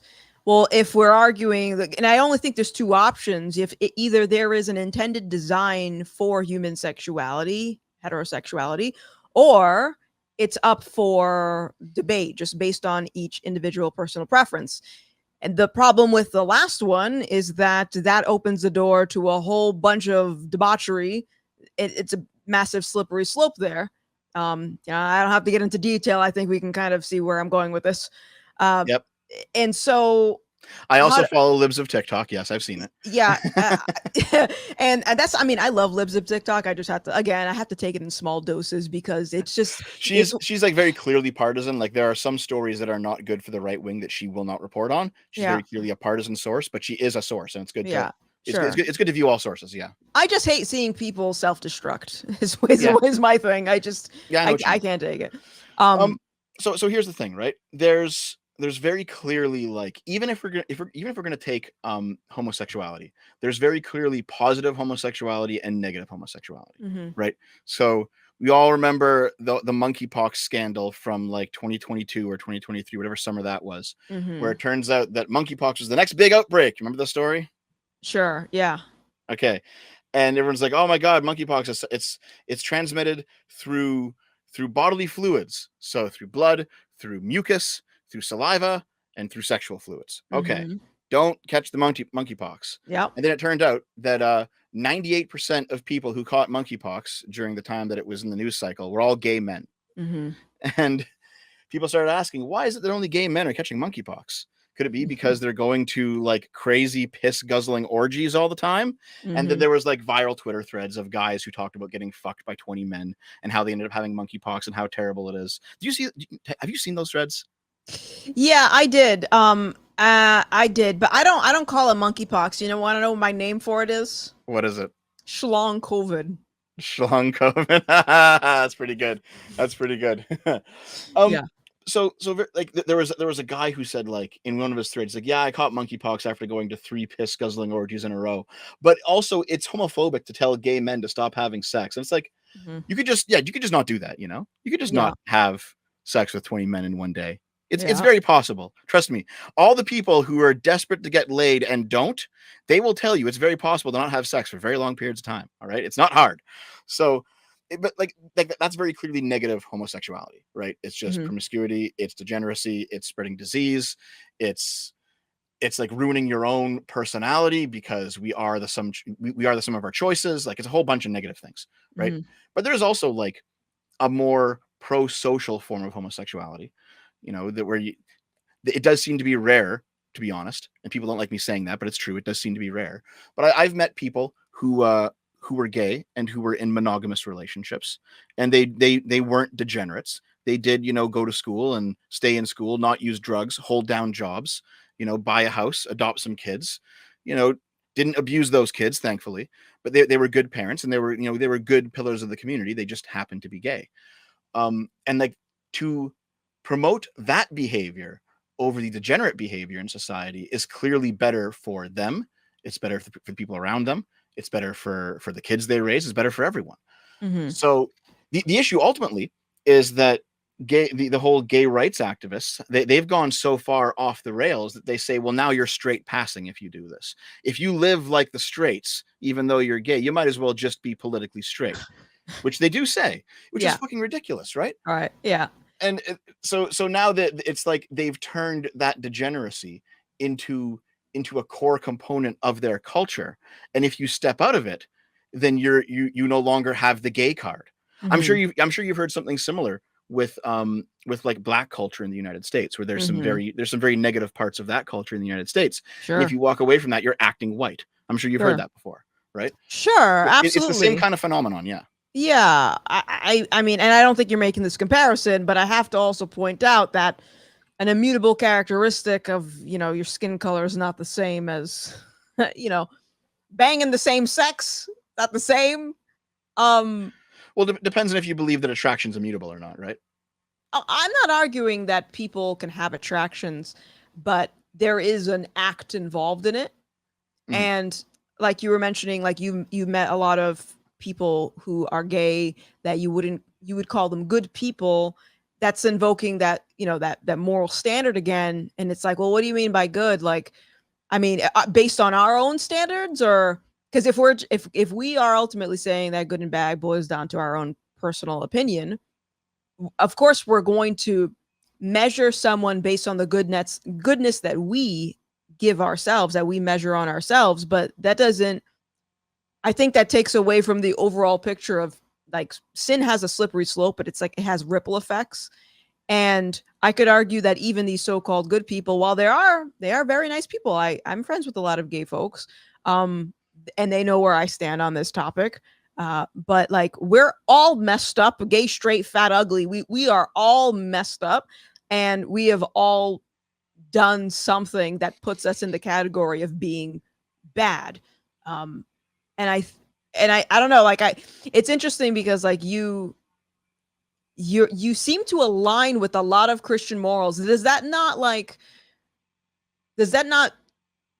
give you something to think about? Like, what if the because you said earlier, like, you have a lot of people came together and, okay, we have these qualities, these moral qualities are what society would drive society in a positive direction. I would argue that a lot of those things are probably found in the Bible. So do you not find that weird? I'm No, rambling now. no, I don't find it weird at all. Okay. It makes complete sense, right? Like, I was Okay. raised in a Christian country, a nominally Christian Okay. country, less Christian now than it used to be. Yeah, But I mean, I've seen.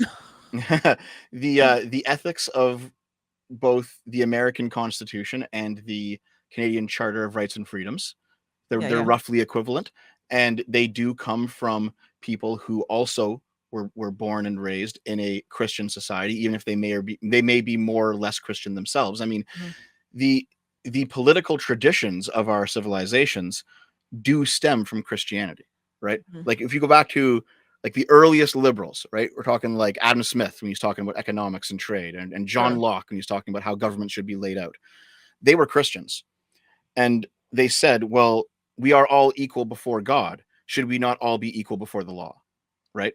And that was the moral justification for, it doesn't matter if you are highborn or lowborn, there should be a standard of law for all. Sure. And that was the beginning of the liberal political tradition. And so because we're all kind of descendants of this political project that's now been going on for like 400 years, it does make sense that even the non-believers in these countries would have culturally Christian beliefs. Oh yeah, definitely. I mean, that's where I am. Yeah, like a lot of my ethics do fall in line with a lot of Christian ethics, for sure. Absolutely. But you can't. But even so, that wouldn't tell you of whether or not it's true. Like objectively, if it's true. That's true. Yeah. But I'm not an objective person, and I'm not Okay. going to play at somehow being objective, right? Is that an objective statement? That I'm not an objective person? Yeah. I mean, maybe. If it is, I don't intend it to be. Okay. You know, it's one of those things where like if there is an objective morality, it's beyond human hands, which Okay. requires the existence of a God. If there is no God, then there is no objective morality. But there is, at the very least, societies with a shared inherited morality from their traditions, and the society is stable as long as the majority of people believe in the majority of things in the traditional morality. And if they don't, if morality changes too quickly, or if you bring in a new population that has a different morality, then you have political instability. Almost like that wide open border that we have with all these other people coming in with their own version of morality. You know, I wish there was someone to stop that. Well, let's be honest about that, though, because Mexicans coming in, they're overwhelmingly Catholic. And Catholic morality is much more in line with what America has than, for example, the Muslims coming into Europe, right? Which is a completely different value set that is causing significantly more problems in Europe than Mexicans in the United States. That is like a policy discussion again, right? Because we can go back and pull up numbers and see, well, how has the border actually behaved throughout the two campaigns, right? Like I do agree with you. You know, the border should be more closed than it is. Illegals should be deported. But then the question is, like, well, what policy do you implement, right? Like, what is the proper way for Border Patrol to behave? How tall should the wall be? Where should the wall be, right? You know, if you pick up somebody who's traveling through the desert to get to the United States, what do you do with them? Like, these are not like philosophical questions. These are practical questions, right? Yeah. So I know everyone, and lots of people that I see on the right wing, they get very angry when they see Border Patrol pick up illegals in the desert, and rather than just throwing them back over the wall. Well, the issue is, if you throw them back over the wall, Border Patrol moves on. An hour later, they're just going to walk through again, right? Like, they're not going to go away. You have to pick them up. You have to bring them to a processing center. You have to figure out, okay, well, are these people seeking asylum? Is it a legitimate asylum? Should we take them on that basis? Are they just illegals? If they're illegals, we should send them home. Then you have to find out, well, who are they and where is their home, right? Like, you can't just, man the border wall with Gatling guns and kill anyone who approaches, right? You can't do, unless I mean, I guess you could do that, but it would be a horror show. It would be a horror show. Right. What you have to do is you have to basically pick people up, discern who they are, and then discern what you should do with them, right? Yeah. Okay. I had some more super chats here, and then I'm going to take a quick bathroom break because I got to go do my business. Ross Pendragon says, are any of you two going to cover the Japanese outrage of Assassin's Creed? I feel bad for historical figures being used in modern crusades. I think it might be the last time Yasuke will be in Japanese fiction. You heard about that? I did. Do you have any take on that? That's just stupidity. It's so here's the thing, right? I don't know if you saw some scenes from the game, but they have like hip hop music playing while this black guy is like destroying a bunch of Japanese people in combat. Yeah. And I'm like, listen, this game was made by a bunch of white people in Montreal, a bunch of very progressive white people, with your French Canadians living in fucking Montreal who have never ever been outside of like a progressive city in their entire fucking lives. They have no clue about the cultural context of Yasuke, or about like what he was actually historically doing there in Japan. They don't like he was a real person, you know that, right? Yeah. It's like they don't understand any of this shit. They're simply saying, you know what? Let's put a black person in Assassin's Creed in Japan because fuck it. That's all it is. It is just bare representation. and it's shallow and cynical, and like there's not much more to say about it other than that. Don't buy it. Yeah, just don't buy it. I don't know. I have criticisms of people on the right who are very adamant about fighting against I call it the woke juggernaut machine. It's like they get upset that these games or movies are infested with like these weird fake oppression victim stuff in it. And it's like, well, that's never going to go away though, because as I mentioned earlier, I believe all of these problems are the result of sin. And I think communists in particular, they love to try and strive for this utopian vision by thinking that they're being empathetic, but they're totally neglecting human nature. And so that stuff just isn't going to go away, in my opinion. Yeah, in a more general sense, there's right and wrong ways to write stories. Yeah. If you write like a basic hero's journey, it resonates with people for some very deep psychological and cultural reasons. If you write a story where the only interesting thing is that it's a black person, or it's a trans person, or it's a whatever, it's not an interesting story. It's just not. There Sure. has to be some sort of drama. Like the characters have to go through some sort of growth. There has to be some sort of flaws in the heroes that causes them to Yeah. stumble on their journey. There has to be something more there than just here's a black person, have fun.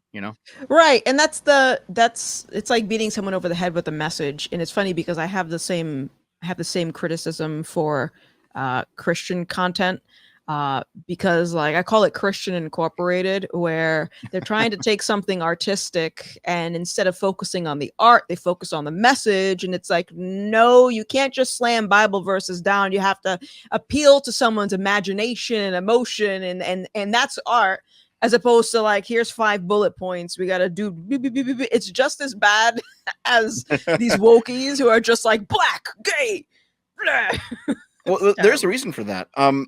A lot of the Christian entertainment, like I don't know how old you are. Do you recall the old? This is from before my time, but the old NES games, like the Bible games. No. So on the original Nintendo Entertainment System, like 1989, there were these Bible games where it was just a platform where you play as Moses, and you play as whoever, like figures from the Bible, and then as you beat a level, you have to like answer a Bible quiz, and they're not very good games, right? Okay. But a lot of the Christian entertainment tends to come from a very specific sect of Protestantism, like a very hardline sect of Protestantism, where they basically believed, I'm sure they're still around, but they're probably not that influential anymore. But they basically believe that that entertainment itself is sinful, that you should always be productive, you should always be working, you should always be doing something. This is the idle hands are the devil's workshop kind of thing. So basically all of the art they produced ended up simply being focused towards religion with no actual entertainment content within it. Yeah. Because that was basically the reason, is that they thought entertainment itself was a sinful idea. Yeah. That's I mean, I've heard that. I mean, I've gotten the same criticism on my channel actually, where I became a believer, and I like to do creative stuff. I don't do it as often, but every now and then I'll pull out the green screen and just do some fun monologues, and I'll get some people, you should be focusing on talking about the Lord 24/7. It's like, anything that's good comes from God. So even if I'm not outright pulling my Bible out, I'm still doing something using the talents that the Lord gave me. And it's like, to totally neglect the aspect of creativity, I think it's to miss an opportunity to witness to people in a way that they can relate to. Now I'm talking directly to the Christians. I'm not even talking to you anymore, Dev. I'm talking to the Christians in the chat. It's something that I am very passionate about, creativity and art and stuff like that. And it's just any type of avenue where they're just beating you over the head with the message and thinking that they can substitute art with that. I hate it. Yeah, I know what you mean. And honestly, you see the same thing on the left. Like, you'll see more extreme leftists browbeat less extreme leftists by saying, hey, how come you are doing a gaming stream today on your Twitch channel? Why aren't you talking about something that furthers the revolution? And it's like, well, sometimes you just want to do something else for a while, Yeah. Hey, there is another super chat here from Artemis Fowl, who says, if attraction is immutable, how come porn exposure can change it? Whoa, that's a good yeah. one. Well, that's what I mentioned with taste. You can push on the edges of them, right? You can Uh-huh. push on the edges with repeated exposure. So Okay. so for food, you have acquired tastes. I'm reasonably sure that when it comes to sex, you can have like acquired sexual taste as well. You can Okay. try a few things and you can be like, well, actually, maybe I am kind of into that. You know, it's that sort Yeah. of thing, right? But doesn't mean it's good. No, I'm just talking about what's happening. Yeah, Okay, yeah. yeah. Yeah. That's a different topic of whether or not it's good or not. There was another super here from how the hell is it? Imperial Monkey. Notice me, senpai, Gothix chan. You. Dev's cool too, I suppose. Good crossover. Is this one of your people's? I'm not sure. Oh, it might be one of mine. Maybe. Okay, so it's not sexual, but I have an acquired taste for throwing a pie at Dev's face. Okay. Very good, very good. Nice. I'm gonna use the bathroom. I'm gonna be right back. I'll just take you off screen for a minute if you want to get water or whatever. Sure. You still down to hang out? Yep. I Okay. can probably go another hour and change if you want. Okay, cool. That works with me. All right, I'll be right back.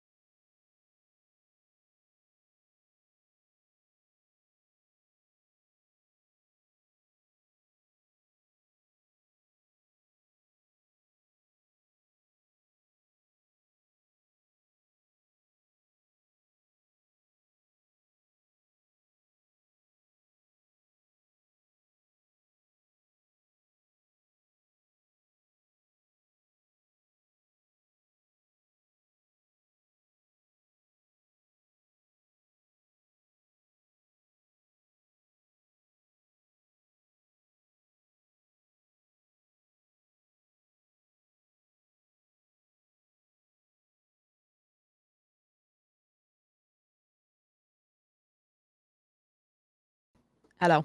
I'm back. Let's bring him back on. Hello. He probably went poop. It's a possibility. Okay, any other supers? No, we're good. All caught up. Okay, excellent. I'm back. What's up? Oh, hello. I just thought you were, dropping a deuce, so I thought you'd be a little bit. Welcome back.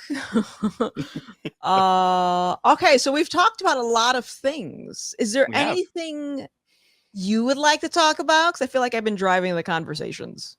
I'm not sure. Okay. For me, this was just interesting to do because I've been watching you for a few years on and off. Yeah. You're not so scary. I don't know why people were trying to warn me. And yeah, I think you're a pretty cool dude and you're very you can hold a conversation, which is always nice in the YouTube sphere. I appreciate it. Yeah. I think a lot of it does end up being personal, right? Because I have burned some bridges with frankly, some pretty big creators in the past, and their fans don't like it. Sometimes I'll give a political take that they don't agree with, and they'll be very angry. Here's the thing. On my channel, I tend to, very broadly speaking, critique the left more than I do the right. And it's because critiquing the left takes more time than critiquing the right. And also because the left is more culturally dominant and there's more critiques in culture than there are in, let's say, political procedure. Right. Yeah. So it just takes more time to critique the left. So I critique the left more. And that has led to a bunch of my audience believing that I am partisan right wing when I'm not. I'm not partisan right wing at all. So when I'll turn around and critique the right, which I do sometimes because they definitely deserve it, they get angry. They're like, "Oh, you've backstabbed us, Dev. How could you do this?" I'm like, "Well, hold on. I was never part of your guy's side either. You know, Mm, I just talk about the things that I think are wrong in the world, regardless of like whether it's good or bad for any hmm. specific political movement." Yeah, right. I mean, I think it's good to that, it's funny because I get the same criticisms from people on the right where I'm just they're just like that if I criticize anything on the right, it's happening less now because I'm very direct in my positions that I'm not left, right. I follow the truth. The truth is God. If you align with the truth, great. If not, we are not on the same side. But some people, they think that they're exempt from criticism, regardless of what side that they're on. And you have to co sign on literally every single point that they have, which is another reason why I think taking God out of the equation doesn't actually solve the issue, because you can be on the same side, left or right, and everyone's going in opposite directions because everyone thinks that they're doing the right thing. So, Yeah. and that's what I tell people, and they usually, they leave me alone because it's kind of difficult to like refute that. Like, well, are you a right winger? No, I follow God. Oh, Sky Daddy. It's like, okay, like I haven't heard that before. Yeah. Well, it's one of those things, right? Like people who call themselves atheists, Uh-huh. they claim that label because they like to pretend that they are objective when they're not. They're Mhm. just not, right? And this goes back to them putting themselves in the position of God because they believe they're objective, because objectivity has to be above the system that is observing Mhm. philosophically. I mean, Yeah. and so what is above the system that is the universe? Well, that would be God, right? So Yeah. to claim to be objective is to claim to be God, Mhm. and at least on like a conceptual level anyway. Which is why so many atheists, when an atheist says, "Well, I'm not tainted by the biases of religion. I'm truly objective," and Mhm. then a religious person says, "Well, you think you're God then?" The atheist says, "Well, no, I don't," but on some level they kind of do. Mhm. I had another question that just came into my mind as Sure. far as like atheism and all that stuff. I think you mentioned earlier that this philosophy book where they're talking about like the six pillars of, I forget what you It's called it.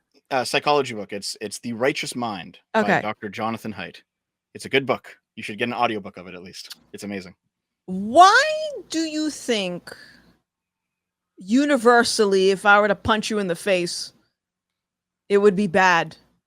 Like if I had to punch you and then your twin who lives in Africa, both situations would render them looking at me as a bad person because I punched them in the face. Why do you think that there is an objective standard of morality, at least on the basics of like physical assault, for example? Well, I'm not sure there is an objective standard, frankly. I like even if every human was to agree on something, it doesn't make it objective. You know what I mean? It just means that Mm-hmm. everyone agrees. So I think that there probably is without God, there is no objective standard of morality, but there are at least things that people agree on, and some of that will be cultural, some of that will be biological, but that's basically it. Yeah, I think true objectivity is just out of our reach. Hmm. We're too small for Sounds like an objective statement. that. um. Well, here's the thing: like statements about your own limitations have to be Okay. objective at some point, right? Because like, Okay. well, all humans are small and flawed and pathetic and weak, and they can't know the truth.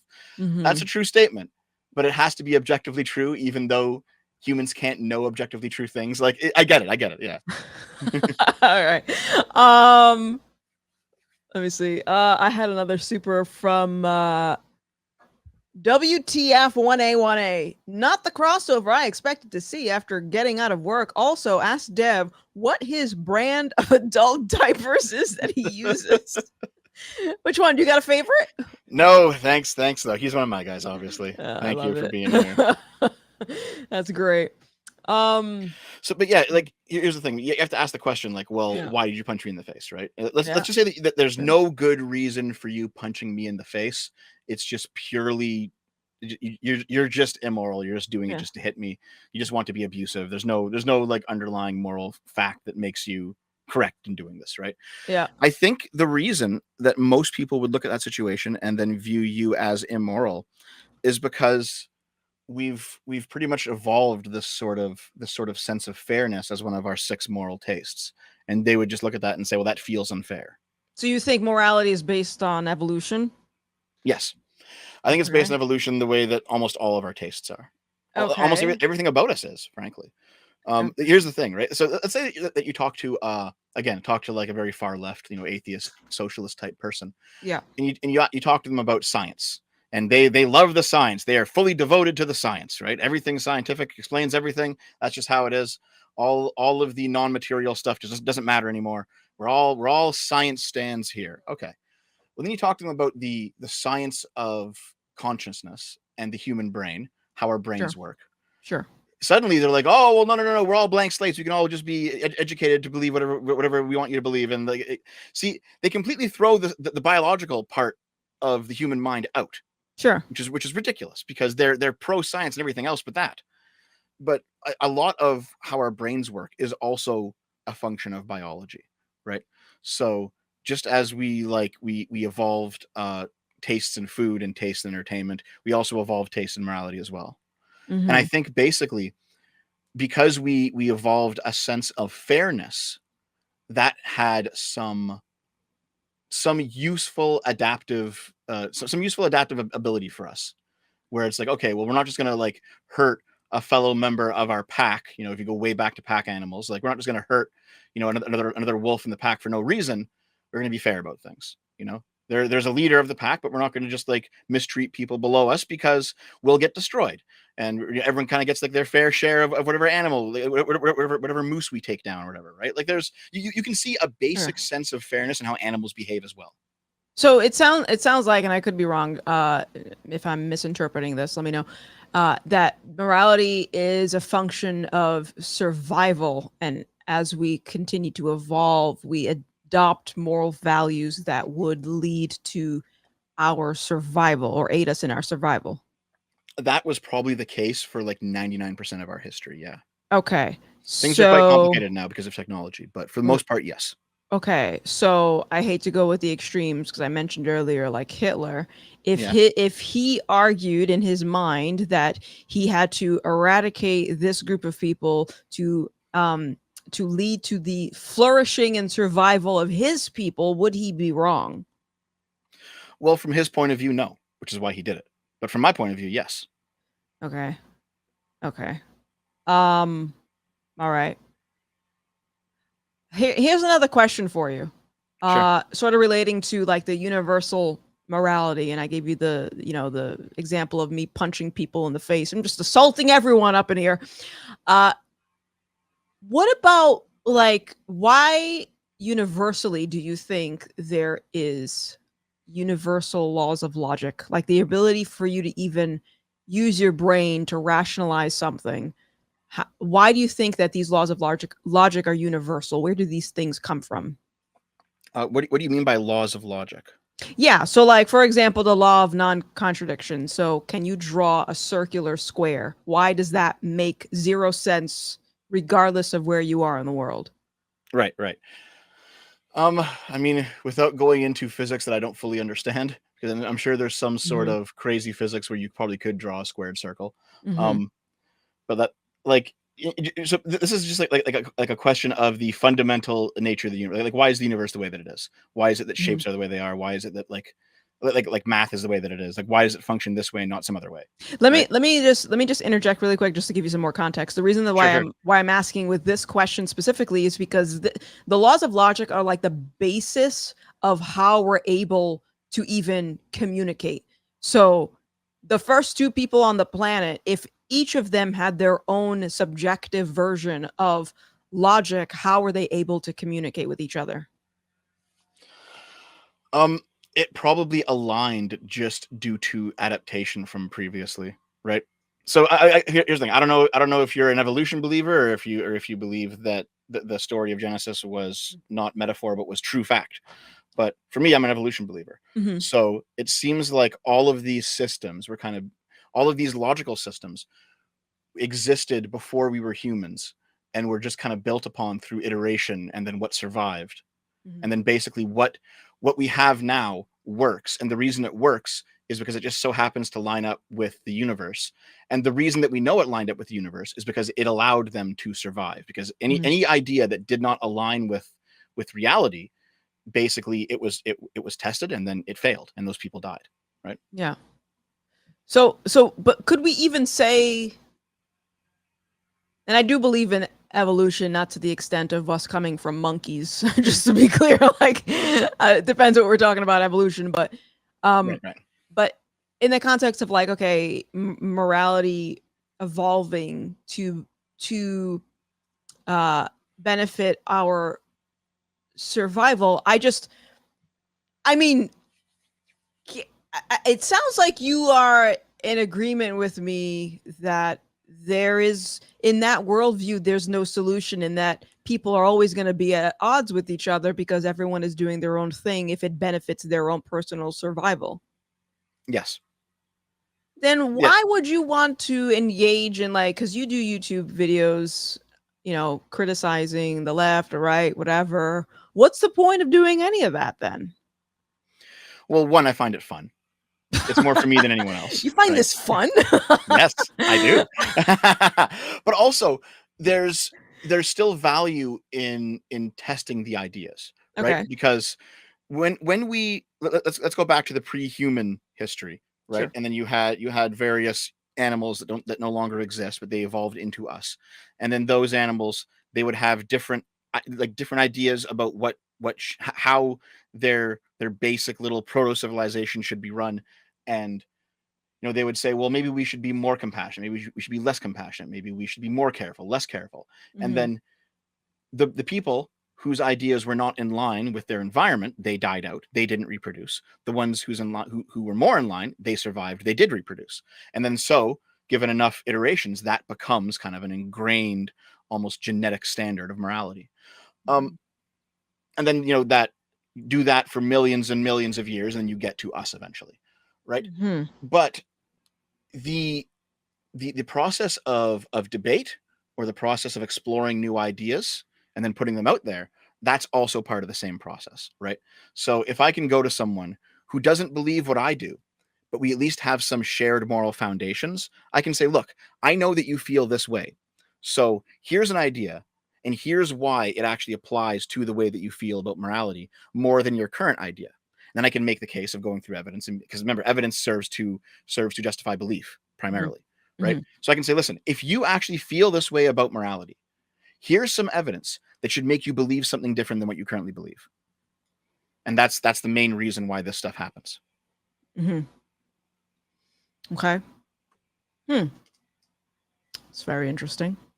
I don't agree, but Well, what do you think? What do you think?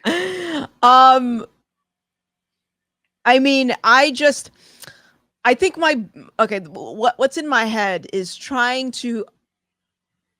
I don't believe that you are okay with the worldview that y- that you're living in the sense of like everyone having their own version of morality. I don't believe that you're okay with that, even if you were to strive for a revolution and fight against what you perceive to be evil. It's like, if I could equate it, it's like running around in a circle, and I just don't see what the solution is. And you said that there is no solution, and I just don't understand where that, you know what I mean? Like, I don't know. I don't know how to articulate what I'm feeling right now. I have feelings right now. Well, You know. it's one of those things where it's true, we cannot reach utopia. It is not possible, Okay. Yeah. right? Absolutely. Human hands will never bring us there. We Yeah. can make things better or worse by Mhm. some standard of better or worse, whatever that standard happens to be. Sure. Usually it's going to be like what a population decides on and then aims for.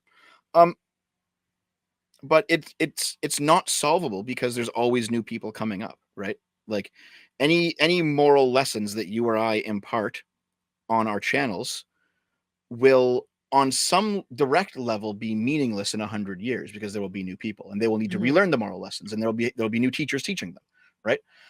And so as long as we can pass on those lessons to someone else who then who then might reformulate them because they have some of their own ideas as well. But we pass them on, and then they teach the next group of people coming up. Right? Yeah. It's one of those things where society exists on a fundamentally unstable foundation. It always shifts around, right? And we spend all of our time shoring it up. It can never truly be stable. And it's you say that well, I don't think that you like that. Well, it's not about what I like, it's about what is, right? That just seems to be the case. It doesn't matter whether I like it or not. Mm-hmm. I mean, I can agree with you that there will never be a utopia because people do what's right in their eyes. We have that desire to appease our flesh and just do whatever. We don't like authority. We like to be our own moral arbiters. So that's why I when I see people freaking out about the elections and the world, it's like, okay, yeah, there's evil in the world. That's just how it is. But I also and I think this is what prompted me after I had my red pill moment to keep going down the path of really considering where this could ultimately lead. There was nothing. It was bleakness with the worldview of just, well, everything is just up for debate. You do what you want, I do what I want, bada bing, bada boom. That's just bleakness, and that's not a world I would want to live in, and that's why I was asking, like, would you want to know God if there was a God? Would you want to know him? Because I just mentally, I don't think I could be in that headspace. I'm So just like, I mean, everything you're saying is true. Like yeah, as soon as you strip away any sort of objective idea, then it is just bleakness, and it all comes down to subjectivity. And I understand that, and that is where I am. But yeah, I'm at peace with it. okay, It doesn't bother me the same way that it like existentially bothers a lot of other people. mm-hmm. You know, I'm not sure why. Okay, It, I'm not exactly sure why. I do hmm. know what you're talking about though, because this is Yeah. like Nietzsche, saying that God is dead and we have killed him. Right? That's what he Isn't meant he when the he one said. that went crazy? Yes, he went crazy because he realized exactly what we're talking about.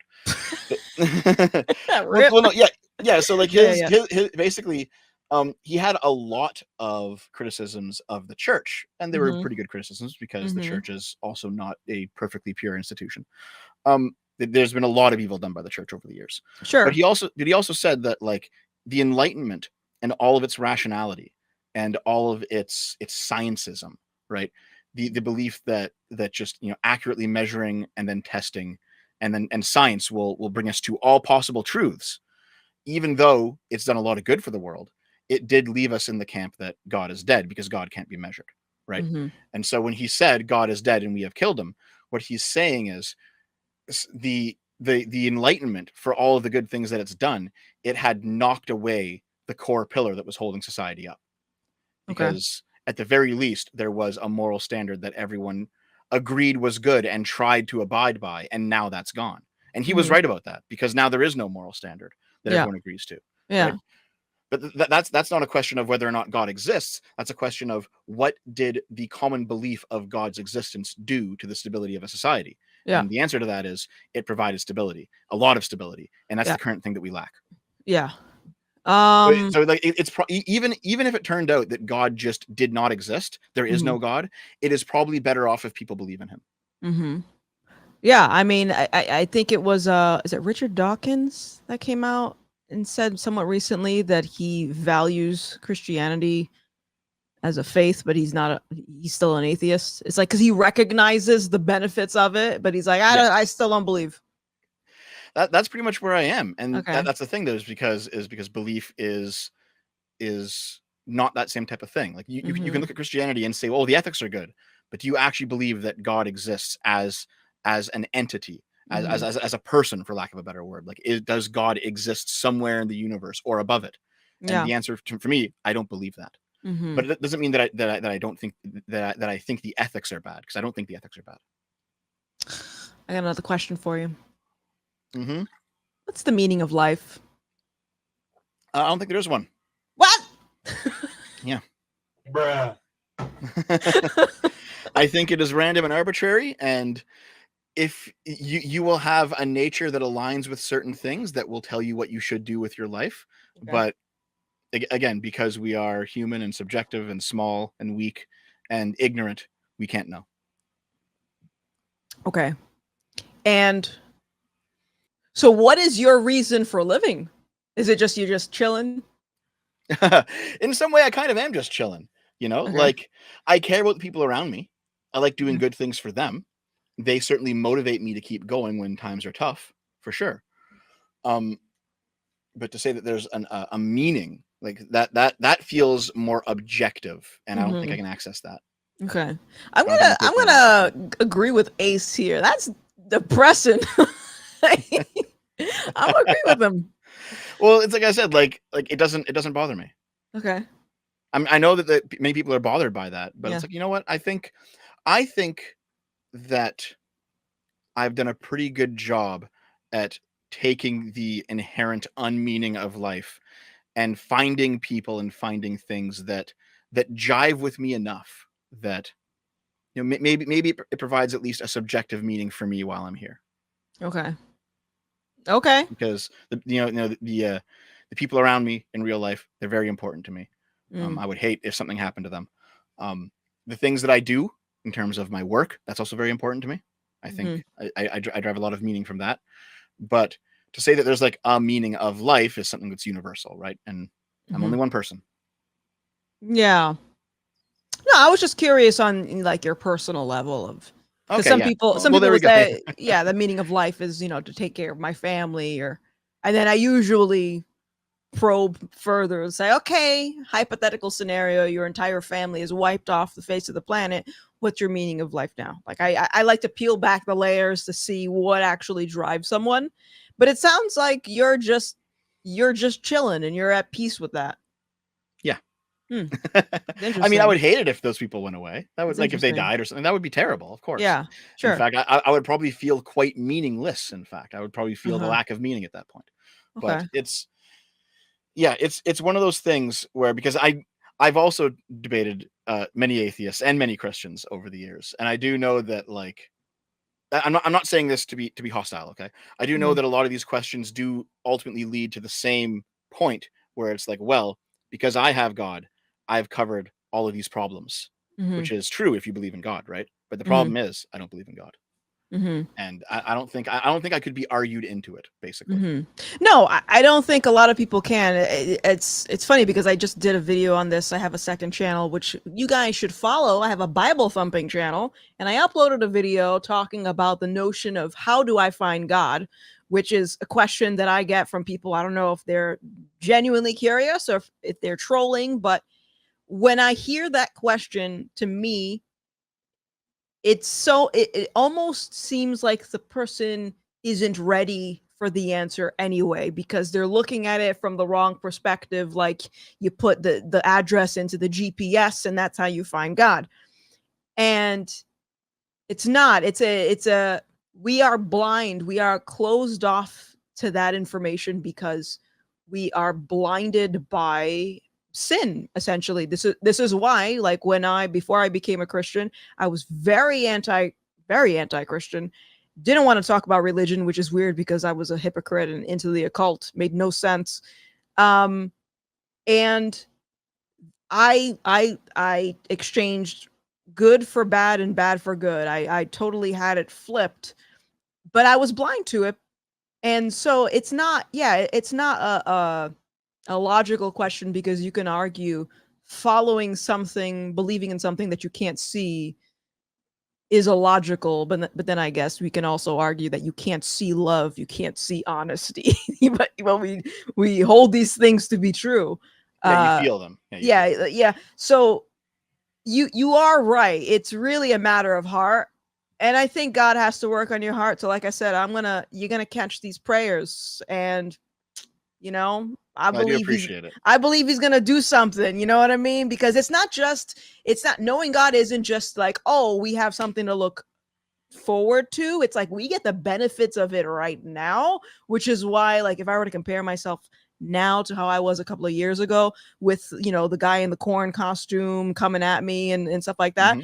I was very just like, I wanted to beat these people up. And I'm on the computer. I can't do anything. But now I'm just like, chill. I'm going to pray for them. Like I'm just as cool as a cucumber. And It you also know, feels good to take the high road, just in it general. it does take it does feel good to take the high road, but there's a logical reason for taking the high road too, and that reason stems from the understanding that we've all fallen short from the glory of God. We've all done wrong, and so once I was able to look at myself and be like, "Wow, I'm messed up," it became so much easier for me to extend grace to someone who doesn't deserve it. You know. So, Right, right.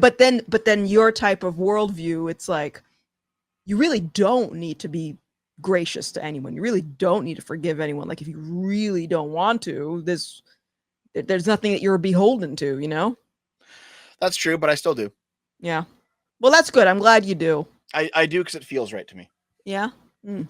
I've gone down the spiteful path before. It's never worked out for them. It's never worked out for me. It never feels good in the end. Yeah. It's something that like feels good momentarily, but then it consumes you. Yeah. There are people that was like, I should just forgive this person, even if they don't deserve it, even if they're not, even if they haven't like forgiven themselves, or they haven't forgiven you. You should just forgive them, Yeah. Yeah. Or like there's a difference, right? Because like there's forgiving, and then there's like completely rehabilitating. Because there are some people, it's like I forgive you, but you're still a terrible person, and if I let you back into my life, you will destroy me again. So like there's a difference between forgiving and then like, oh, everything's fine. You know what I mean? Yeah, no, I think again, using discernment and seeing that someone is like a repeat offender, I'm still going to forgive them because they're lost. Like I call these people, they're just walking in darkness and they just don't know. So that's why like when people come at me, I'm just like, they just don't know. They have not seen the light yet. They're in their little echo chamber, their communist fist. They don't get it. So I can understand why they're acting that way. And again, I see myself in them in a lot of ways. But yeah, bitterness is like a poison. It just, you let it fester and that creates other bigger problems. It's like a lot of the things that I think people believe is not necessarily because it gives them prominence, but because there's some type of an emotional connection to that belief in the first place. So I sent you something over on Twitter DMs that is related to this. Yeah. Let me This, look. yeah. Oh yes, yes, yes, yes, You've yes. seen this before, right? I've seen this. Yep. Yeah, we talked Yeah. about this. Yep. Yeah. So yeah, this is kind of what I'm talking about, where it's like Right. it's one of those things where you can't convince someone, Right. but Yeah. it happens. Right. Either it happens or it doesn't. Right. Yeah. Yeah. And it's kind of strange because like we like to think of ourselves as being very rational. At least some people do. But like at the very bottom of it, we're not really. We do things because they feel correct, Yeah. Yeah. And there are people who have 1,000 good reasons to believe or disbelieve in something, but then they have an experience and then they change. It's like, oh well, there we go. And it's like, well, Yeah. it does human rationality only exist to justify our biases or justify how we feel about something, or can we actually truly be rational? It's like, well, I don't know. I mean, we seem to be somewhat rational. A lot of the Yeah. machinery we make wouldn't work if we were fundamentally irrational, because it wouldn't be in concordance with physics and reality, right? But it seems like on a lot of these other questions, it really just does come down to, well, do you believe it or not? And Yeah. you can't force someone to believe. You can't convince someone to believe. You have to desire it too, and that's why I yeah. asked. And you were like, "I'm not sure," and I'm like, "Well, I mean, that's it kind of explains that, and thank God for my situation because unlike you seem to be very at peace. Although I feel like I feel like everyone has their limit, everyone has their breaking point. As much as you say that you're okay with a world of subjective moral values, I think everyone has a limit. And like for me, when I got canceled, I lost my friends and people were turning on me, and that took me out of the environment that I was used to, and it left me pretty much in the wilderness, metaphorically speaking. Like the things that I was propping up and I was allowing to guide me forward in life, those things were removed. It was kind of difficult for me to not hear God when I was left to my own devices. So like even though you have your position, I believe that for a lot of people, it will take something catastrophic for them to consider, okay, what else is out there? And I hope you don't get to that point, but Like I said, I probably will. you're catching these prayers.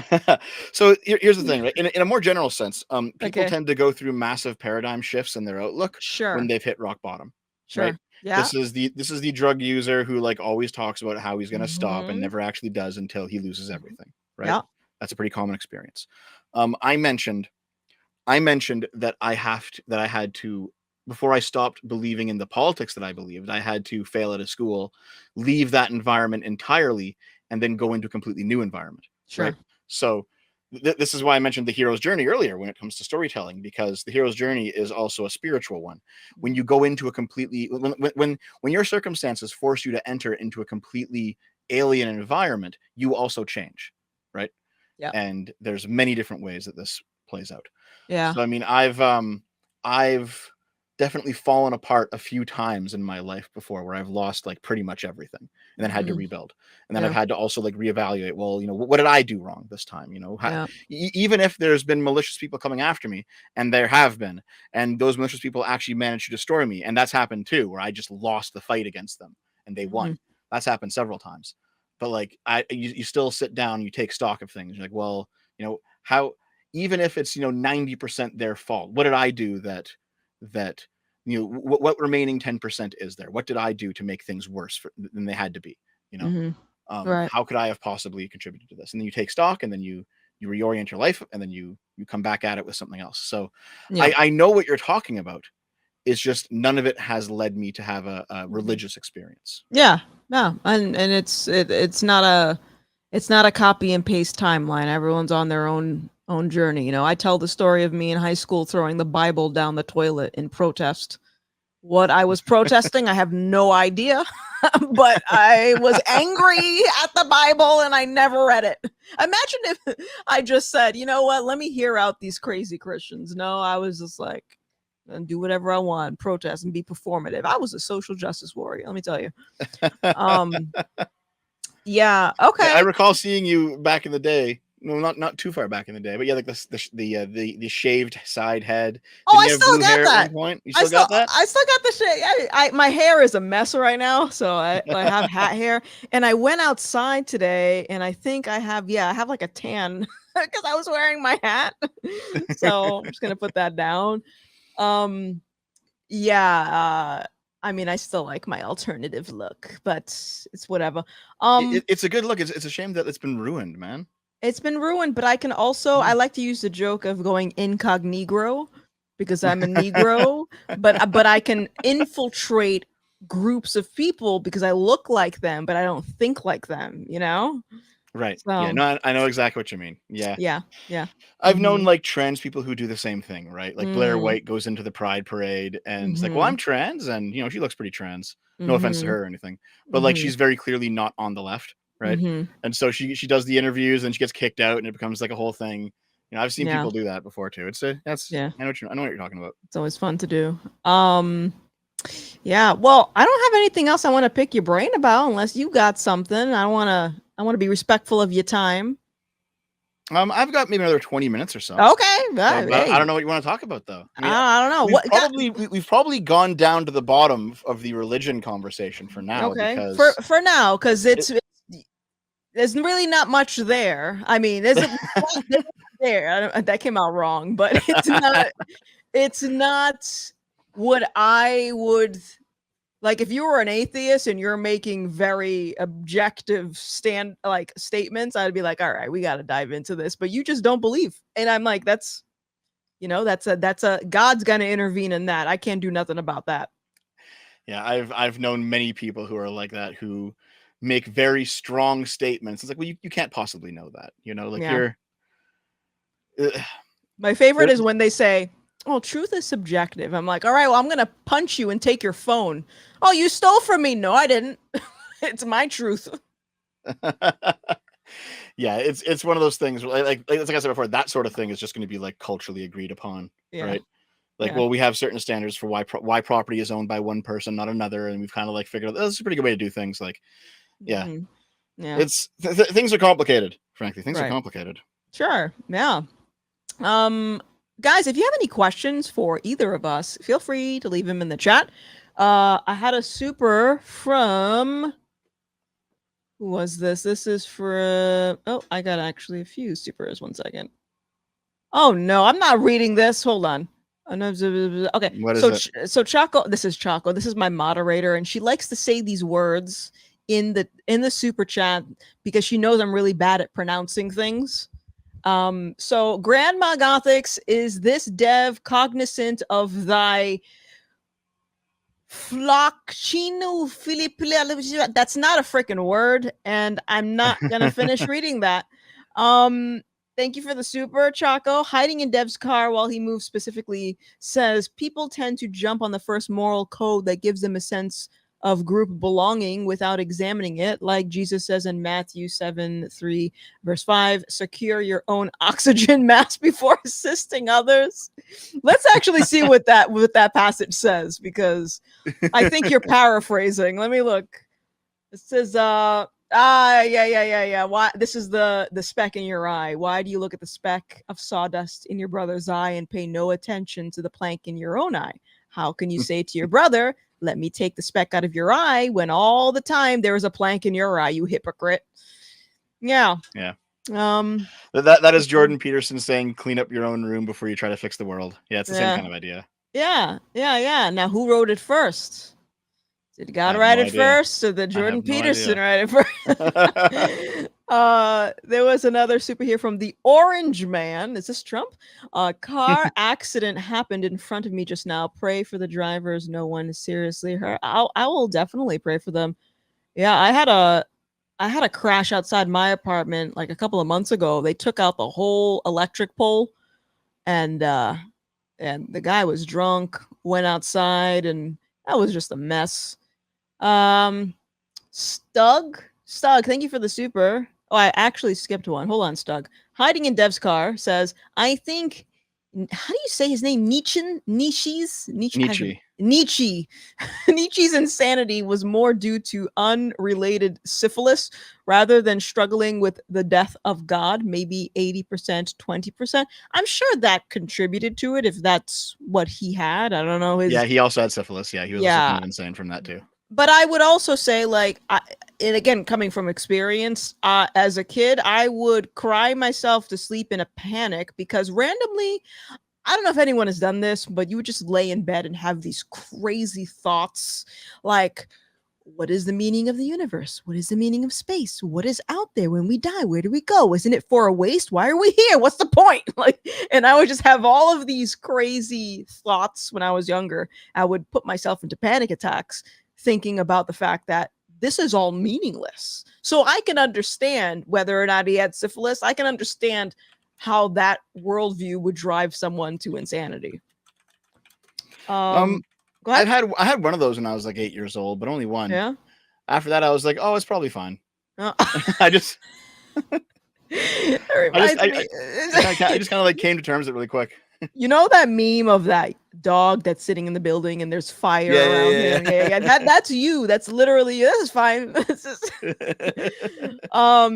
There's a super from Stug that says the meaning of life is to obtain a burger that looks and tastes delicious as it appears on the billboards. That's never gonna happen. That's literally never gonna happen. That's utopian. It's never gonna happen. It's never gonna happen. That is not what you're going to get. Have you seen how those are made? How like it's like glue and it's like fake stuff. Yeah. So what I saw was, whenever you see like a cup of coffee in a commercial, like Starbucks, look at this amazing coffee. Mm-hmm. They use soy sauce, and then they add just a little bit of soap to make suds. So for the 2 or 3 bubbles that are in there. Yeah. And that's the coffee. Soy sauce and soap. It's not actually coffee. Wow. That's amazing. Okay. Actually, I think Craig posted that on his Twitter. Stuttering Craig. It's all a lie. Everything is a lie. What type of food do you like? Sushi was my number one. Oh, I love sushi. I love sushi. That's good. That's good. Are you into ramen? Yes. Okay. Definitely. Yeah, ramen's good. All right. Oh man, are we at the point where we talk about food? Yeah, have we run out? I gotta look at all facets of the conversation. Listen, you don't understand. I've gotten into some arguments with people here in the chat about food, like this fascination with Dr. Pepper. What do you think about Dr. Pepper? Not a fan. I don't like fizzy drinks at all. Okay, I mean, I like seltzer, You know, ginger ale occasionally. But Dr. Pepper is disgusting. Mm. And in my chat, they don't see me as human after saying such thing. Um, but yeah, we'll always have little debates about food in the chat. Um, let's see what else we got going here. Dev likes all food. Well, hold on. Yeah, go ahead. What were some of the pins that we put in that we didn't go back to? Oh shit. Oh, yeah. You said you didn't want to talk too much about like practical policy because that stuff's kind of mind melting. When it It's comes to like, it's mind melting in the sense that it's not addressing the root problem. It's funny because I was reading something in the Bible today about that specifically, where these people were asking for a new king, and God was like, all right, give them what they want, but let them know what's going to happen. And it's sort of like in the same realm if we look at it in the context of today, where people want a new politician, they want a new government, they want this. That's not addressing the root problem. And so for me, I can only take the political discourse so long with people who don't want to address the root problem, which is the moral problem, being unified in God, as opposed to doing whatever. It's like we're all scattering and doing our own separate things. right. I mean, I understand that perspective. As a non-religious person, Yeah. for me, like policy does end up being important because it does actually make a difference whether or not one politician wants to implement certain things and another one has to implement other things, right? Like, Okay. there are good and bad ideas for what you should do with immigration and what you should do for the economy and what you should do for certain types of regulation. Like, these are serious questions. Yeah, but you're also saying like, you know, these are good and bad things. You're using these words again, but to you these words are just up for debate. Sure, yeah. So and that's what I mean. It's like it's the political discourse is, I feel like we're just running in a circle because, okay, on the one hand, it's all up for debate, morality's up for debate. On the other hand, it's important because these are good policies and bad policies. Well, what do you mean these contradict each other? Well, not necessarily, right? Because if you have here, what's a good example of this? Let's say you have a society, and that society has a moral code where you must wear your blue hat on Wednesday. Okay. Mm-hmm. And Okay. that is a part of the morality of that society. And then you have like a neighboring society, and they say, well, no, we're going to wear green hats on Wednesday, actually, not blue ones. And maybe they go to war over the fact that some of them want blue hats and some of them want green hats because they just feel as if this is the moral thing to do. And you know, they have their religion that says you must wear a blue hat. The other guys have their religion that must wear a green hat, and they fight over it, right? And then let's say that like there's a modern state and these two populations with their traditions are living together. And it's like, well, do you want the government to force everyone to wear a blue or a green hat and choose one side in this debate? Well, you know, probably not, right? Do you want the government to allow both of them to wear their hats whenever they want, or to ban both of them? We probably want like a hands-off approach, right? Like, you can wear your hats, wear wherever you want, don't oppress other people, but you can do your thing. We're not going to oppress you. You know, there's, even if morality is ultimately subjective, there are still better and worse ways to have a stable society. And so if we're aiming for some sort of stability, well, then we can choose better or worse policies, even if the morality underpinning all of it is ultimately subjective, because we are subjective humans.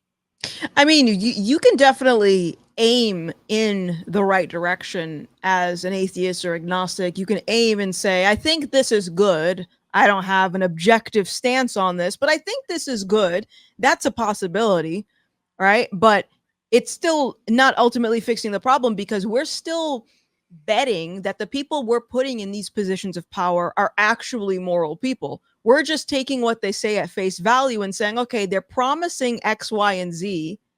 Are we overlooking human nature? Like, are we overlooking the possibility of them doing a complete 180? Or are we only looking at something at surface value? Because I would argue there are a lot of things that the world thinks is good based on their own subjective standards of morality, right? They think it's good. But then from my side, the Christian perspective, I see a lot of unintended consequences in where their version of good can lead to. They're only looking on the surface. So so that's so I think that's where me and you disagree. Like, yes, I think engaging in politics is good, but we have to have a guide. And I tell people all the time that we are all sheep in one way or another. We are all following something. So who are we going to allow to be our shepherd? Are we going to allow man and empty philosophy to lead us? Because we know where that goes. I mean, look at the world right now. It's a freaking mess. Or are we going to allow God to lead us? And I don't mean people just saying that they're a Christian. I'm a Christian and I'm also pro-abortion and all this other stuff. No, that's not what that is. So like, I think you have to have a guide, and I don't think human beings are capable of doing it on their own, is what I'm getting at.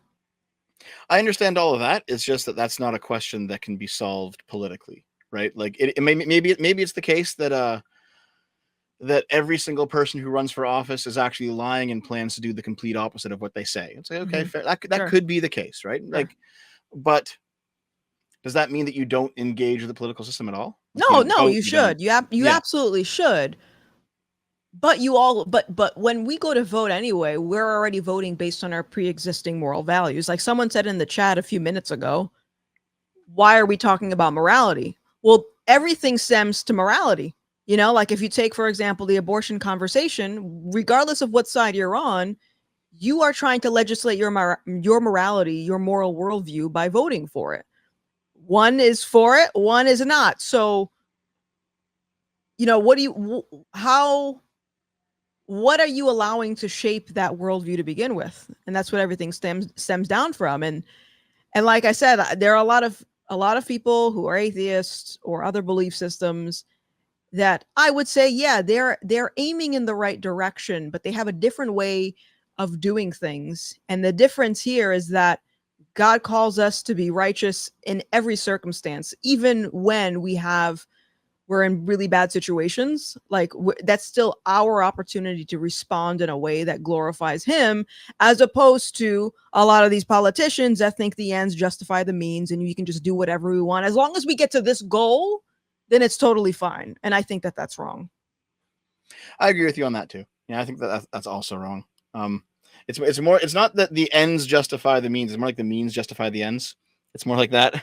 Mean justify the listen. Well, I'm not. no, you got it right. What I'm saying is that it actually works in reverse. Okay. Right? The ends Okay. do not justify the means. All right. Yeah. Just because you got to a good end, it does not mean that what you did to get there was good. Yeah. But the means do justify the ends. If you have good means, then you're more likely to get to good ends. Right.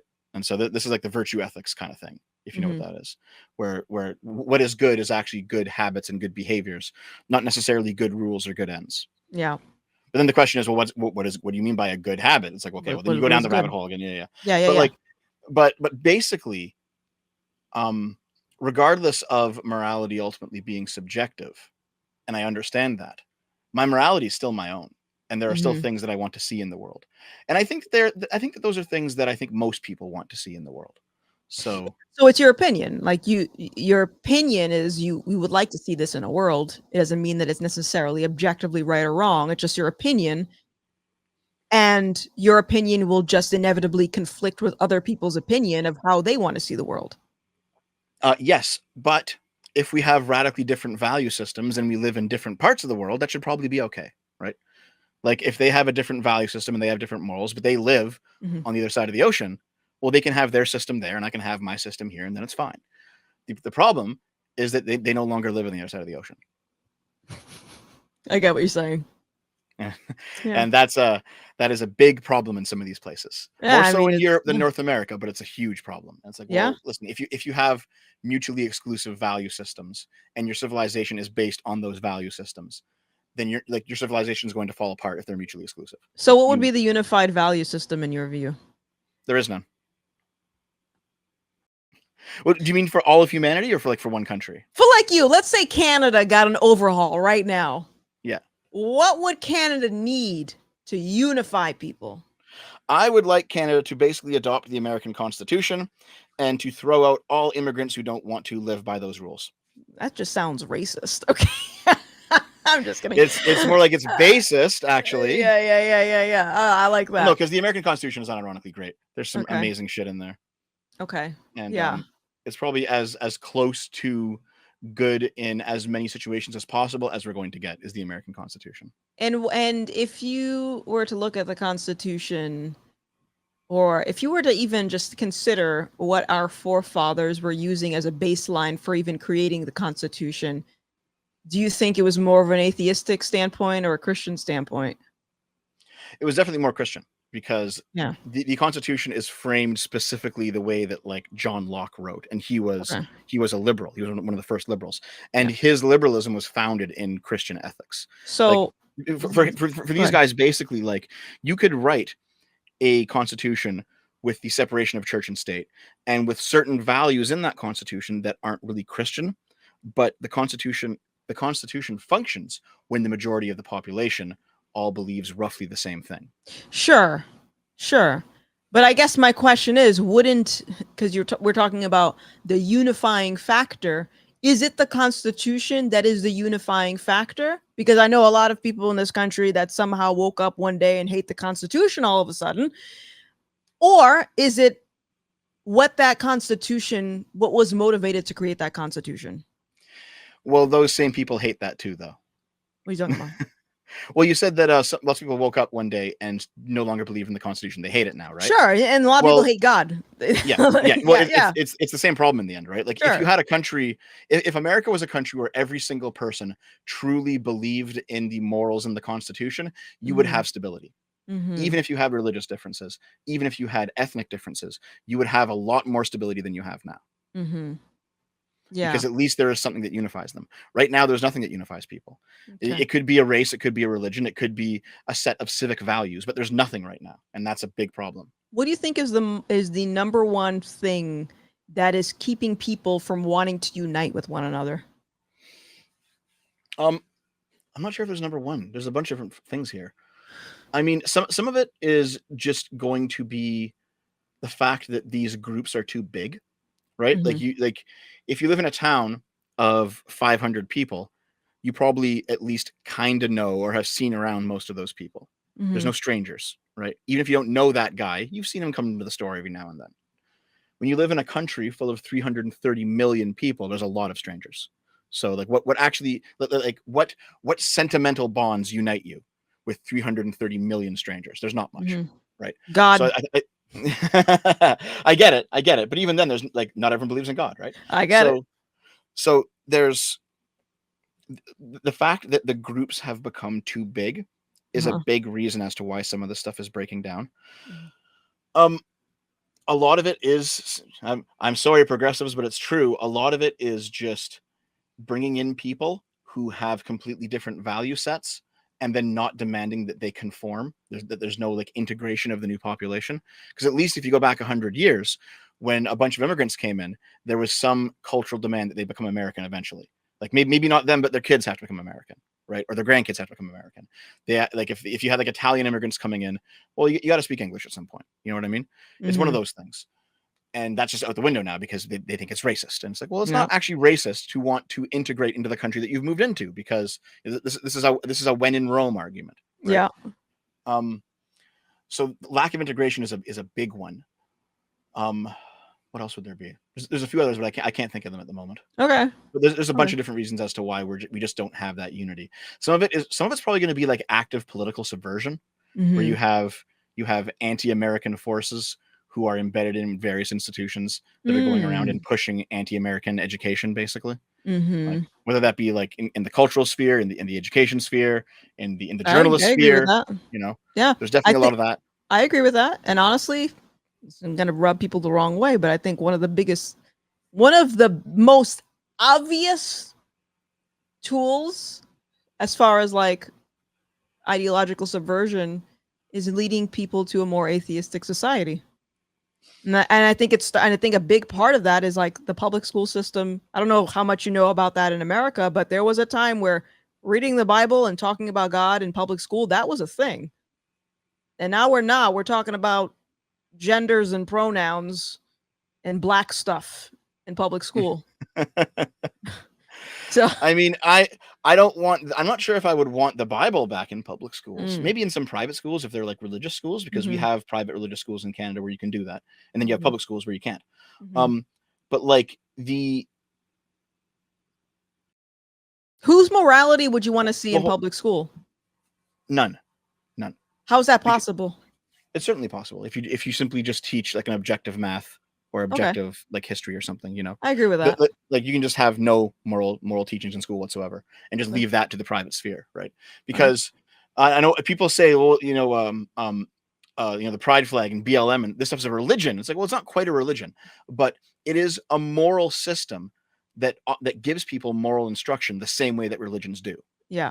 And so I would call it a religion. You would? I would. I think I would. And I think if people could make the argument that these things were a religion, then you would be able to dismantle a lot of the arguments that they're using against Christians in the same way. Like, don't impose your religious views. Or like, okay, we'll stop imposing your gay religious views. You know, so it you know, there's a benefit to it. I don't think it's a religion because it kind of lacks that spiritual component, but it does have moral instruction. And that's the problem, right? Is that you don't want the government offering up, you know, core moral instruction in that way to the population. That should be something that's handled privately, whether that's through churches or through other like private institutions. Education should be for learning about the natural world. It shouldn't be about learning morality. That should come from somewhere else. I mean, go ahead. Well, I guess, yeah. Hold on, I've lost my train of thought. No, sorry, that was my fault. That was my fault. I have brain fart tendencies, and when people interrupt me, I lose it. So that's my fault. I take ownership for that. I was gonna say, like, no, I agree. I'm a high school dropout personally, so I didn't get the full you know, indoctrination. So I don't really know if that was happening by the time I left, but I remember learning about math, science, history. History part can get a little finicky though, because the history part, people rewrite history all the time. You know, why was it that I never learned about communists and why communists will use groups of people for their ends? You know, this is we want to talk about Black history. Well, communists love using Black people like this. Why were we not taught about this? It makes me wonder. But even if public schools just stuck to the basics, English, math, etc., we still have the factor of the culture of the school. So like, what is the culture? You know, when you reprimand a child for doing something that's quote unquote bad, that assumes that there is some type of a moral framework around that. So I don't think you'd be able to get around that issue, because when you drop your kid off for 8 hours a day to the school, someone is going to be influencing them on some moral level, even if the teachers aren't directly talking about it. Yeah, in that case, it simply has to be deferred to what is the common morality of the culture. You know, like if we do like we have a liberal democratic capitalist society that has a certain type of morality where it's like, okay, well, it's bad to steal because it's other people's property. You can't attack someone because you're being aggressive, and only defensive violence is allowed. And like there's a bunch of moral prescriptions that come out of this society, and because that's already what people believe, you can have some of that as, let's say, the background morality of how schools manage disputes between students or something, right? But the difference is when it comes to the BLM stuff, you're taking people who have not been exposed to that and generally don't believe in that, and then you're indoctrinating them. And that is where the problem starts, because now you're introducing a foreign morality that isn't native to the population. I just don't think the population would be the justification for introducing that moral standard anyway, because you mentioned, like, okay, if the vast majority of people agree on it, I think that can go bad very quickly.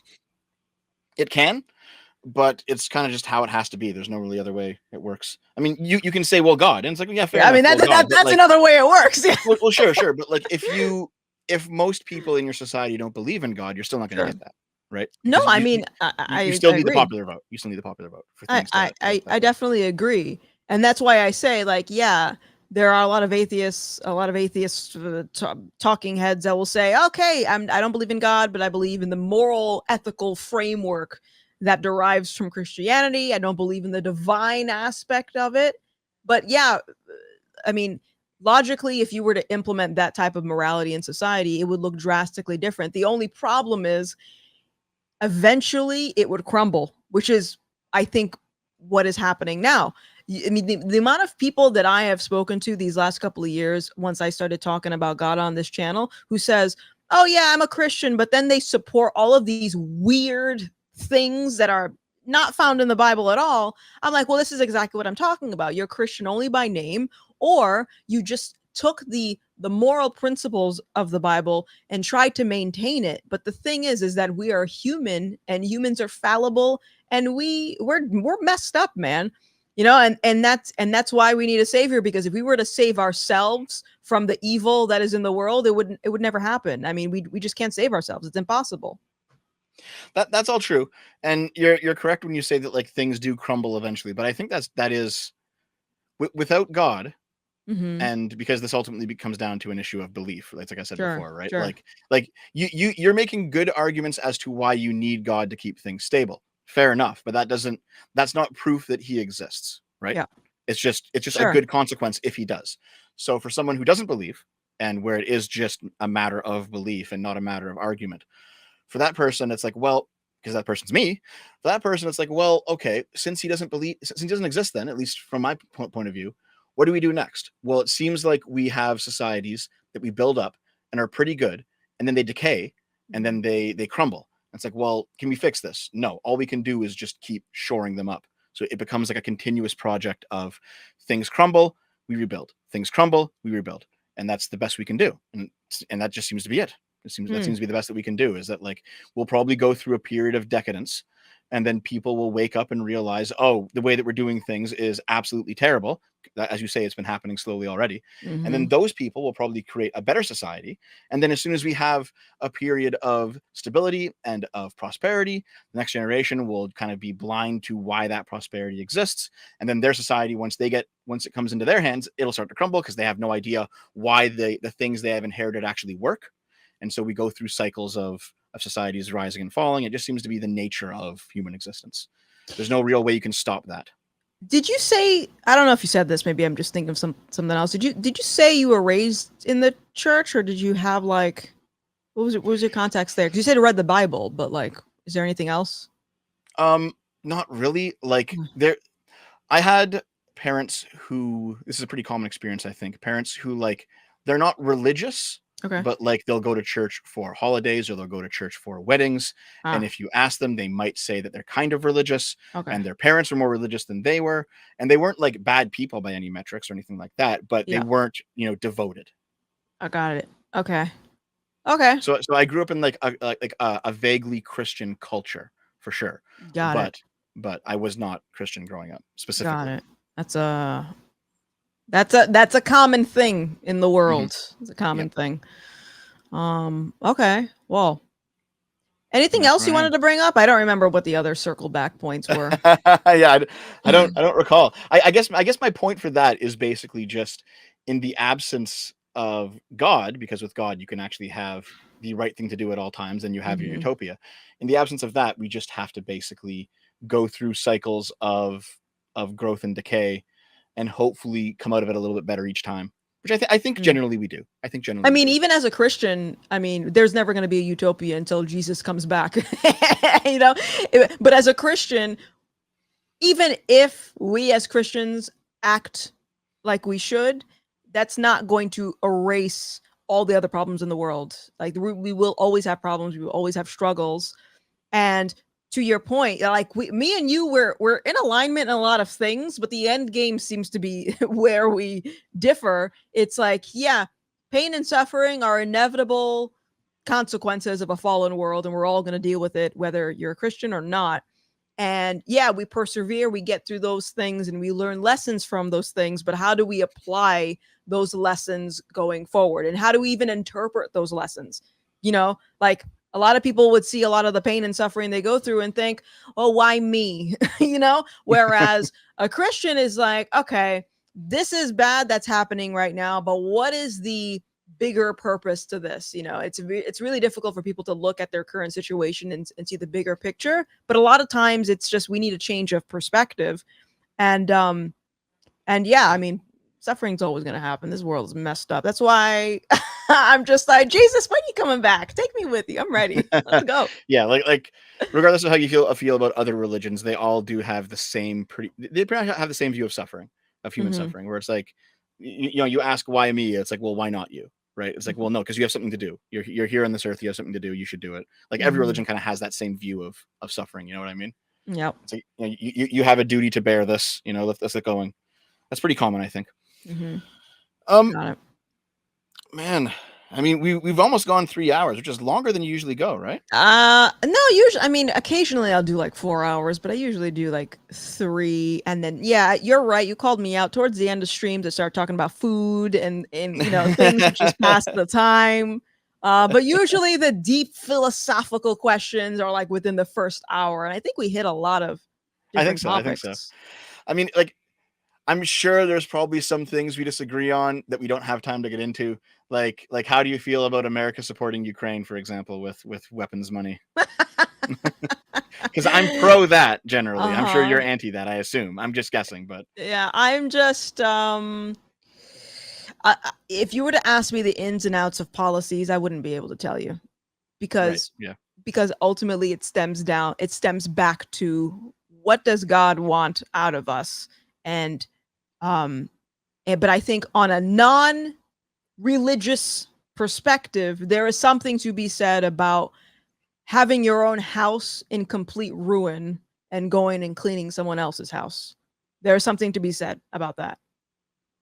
So that's my stance. But No, otherwise, it is what it is. no, I understand. Yeah, I understand. I mean, yeah, I had a feeling that we were going to talk more about philosophy and probably about psychology than about policy, which is fine because not Mhm. every conversation has to be about has to be about like political Yeah. policy, right? Yeah. And but yeah, like there's a number of things that I'm quite reasonably left on, like left wing. Mhm. Like I like the idea of a universal healthcare service. I think Mhm. it's America should probably have one of those, right? Do you But think that's like you think healthcare is a human right? no, Oh, okay. no, At least that's but good. but it is a good thing, Mhm. and that if more people can access it, it would be good. You know, Mhm. um, it's one of those things where it's like if you talk to like people who are very far left, they believe that healthcare is a human right and that there's a moral obligation to provide it. And you must, and it's like, well, Mhm. you guys don't care much about charity, but now you do, I guess. But Mhm. it's one of those things where it's like if you can afford to do so, and America certainly can, it's probably better to do so than not. Not just to reduce human suffering, but also because the return on investment on it is just greater, I think. Mhm. So like if you have someone who's really sick and the cure is available, but it costs money, the government pays for that, the person gets cured, they go back to work, they probably pay that back into the system, the cost of that thing, by being more productive over the course of their lives. Like there's ways you can math out certain left-wing policies where it makes Mhm. sense. My issue with the left ultimately is that the cultural stuff is just completely corrosive and Sure. degenerate, and it Well, ruins things. to to piggyback off of that really quick, I think that the end game is to implement some type of universal healthcare. I think that that is what's going to happen. But I Mhm. think in the same way that I was bringing up the teeing up the ball with having the illegals come into the state and then you have a new dedicated voter base, I think they're also doing the same thing for gearing up for the universal health care because that cost is going to come out of somewhere. So how do you justify that cost? Well, if you have a lot of people that I have adverse effects from the vaccine, adverse effects from gender transition, if you have adverse effects from all of the drugs that are pouring into this country, not to We should mention talk about all these things sometime. not to mention what's happening with the freaking with our food system. Why is it that a majority of Americans are fat? Like, what, are we going to talk about this? We got all of these different factors that would give the right justification for a government to say, I think we need free healthcare. So again, that's sort of goes back to what I'm saying about some people think the ends justify the means. So getting up to that point, you got to completely turn a country upside down and have things in ruin before you can actually justify that. No, I agree with you. I agree with you. Well, hold on. For some things, I agree with you. Yeah, Like, yeah, yeah. Okay. I actually think the vaccine was mostly safe, to be honest. But What? that's a different conversation we can have another day because I got like 5 minutes left. Okay. We can do this again if you want someday. Yeah. Totally. Yeah, let's do it. but but yeah, like when it comes to, this is why I don't believe that healthcare is a human right. It's just a good thing to do, because if you must destroy your entire society to implement a universal healthcare service, it's not worth it. It just isn't. But if you can thread the needle on it, if you can keep things otherwise functioning well, but you have a healthcare service, you should probably do that. Okay. You know what I mean? Okay. Like when you say something like when a lefty says it's a human right, what they're really saying is we should have it at all cost. Mm-hmm. And if that cost is the destruction of everything, fuck it, let's destroy everything and get our universal healthcare, which is like obviously stupid, right? It's obviously just retarded. Mm-hmm. But if you could have it and the cost is actually reasonable, you know, you can balance the pros and cons and be like, okay, well, if we do it this way and we have this, maybe we can have universal healthcare and not destroy the country. Now, part of that's going to be you need to seriously limit the amount of immigrants in and only take in immigrants who can actually pay into the system, Mm-hmm. which, by the way, most countries are not doing right now. Yeah. So like Okay. this is what I mean by policy, is that like when you talk about policy, it's nuanced. There's no like strict moral ideological answers. It's all about nuance. You know what I mean? Okay. Okay. All right. Well, we're just gonna have to circle back to this conversation. We can do it again another if one you of want. these. We can do it again if you want. No, I would love to have you back on. We had a great time. You know, Awesome. hopefully I didn't scare you away. No, of course not. So how evil did I end up sounding? Not at all. Like if I were to put you on a scale of evil, based on my own subjective opinion of what evil is, Right. you would be on the lukewarm. I would say you're very Oh. you're just normal, and I guess that would be classified as right wing extremist Nowadays. Yeah. Yeah. Well, that's considering Craig's that we're all just normal kind of thing. Yeah. And it's all I actually did a video on that actually did very well.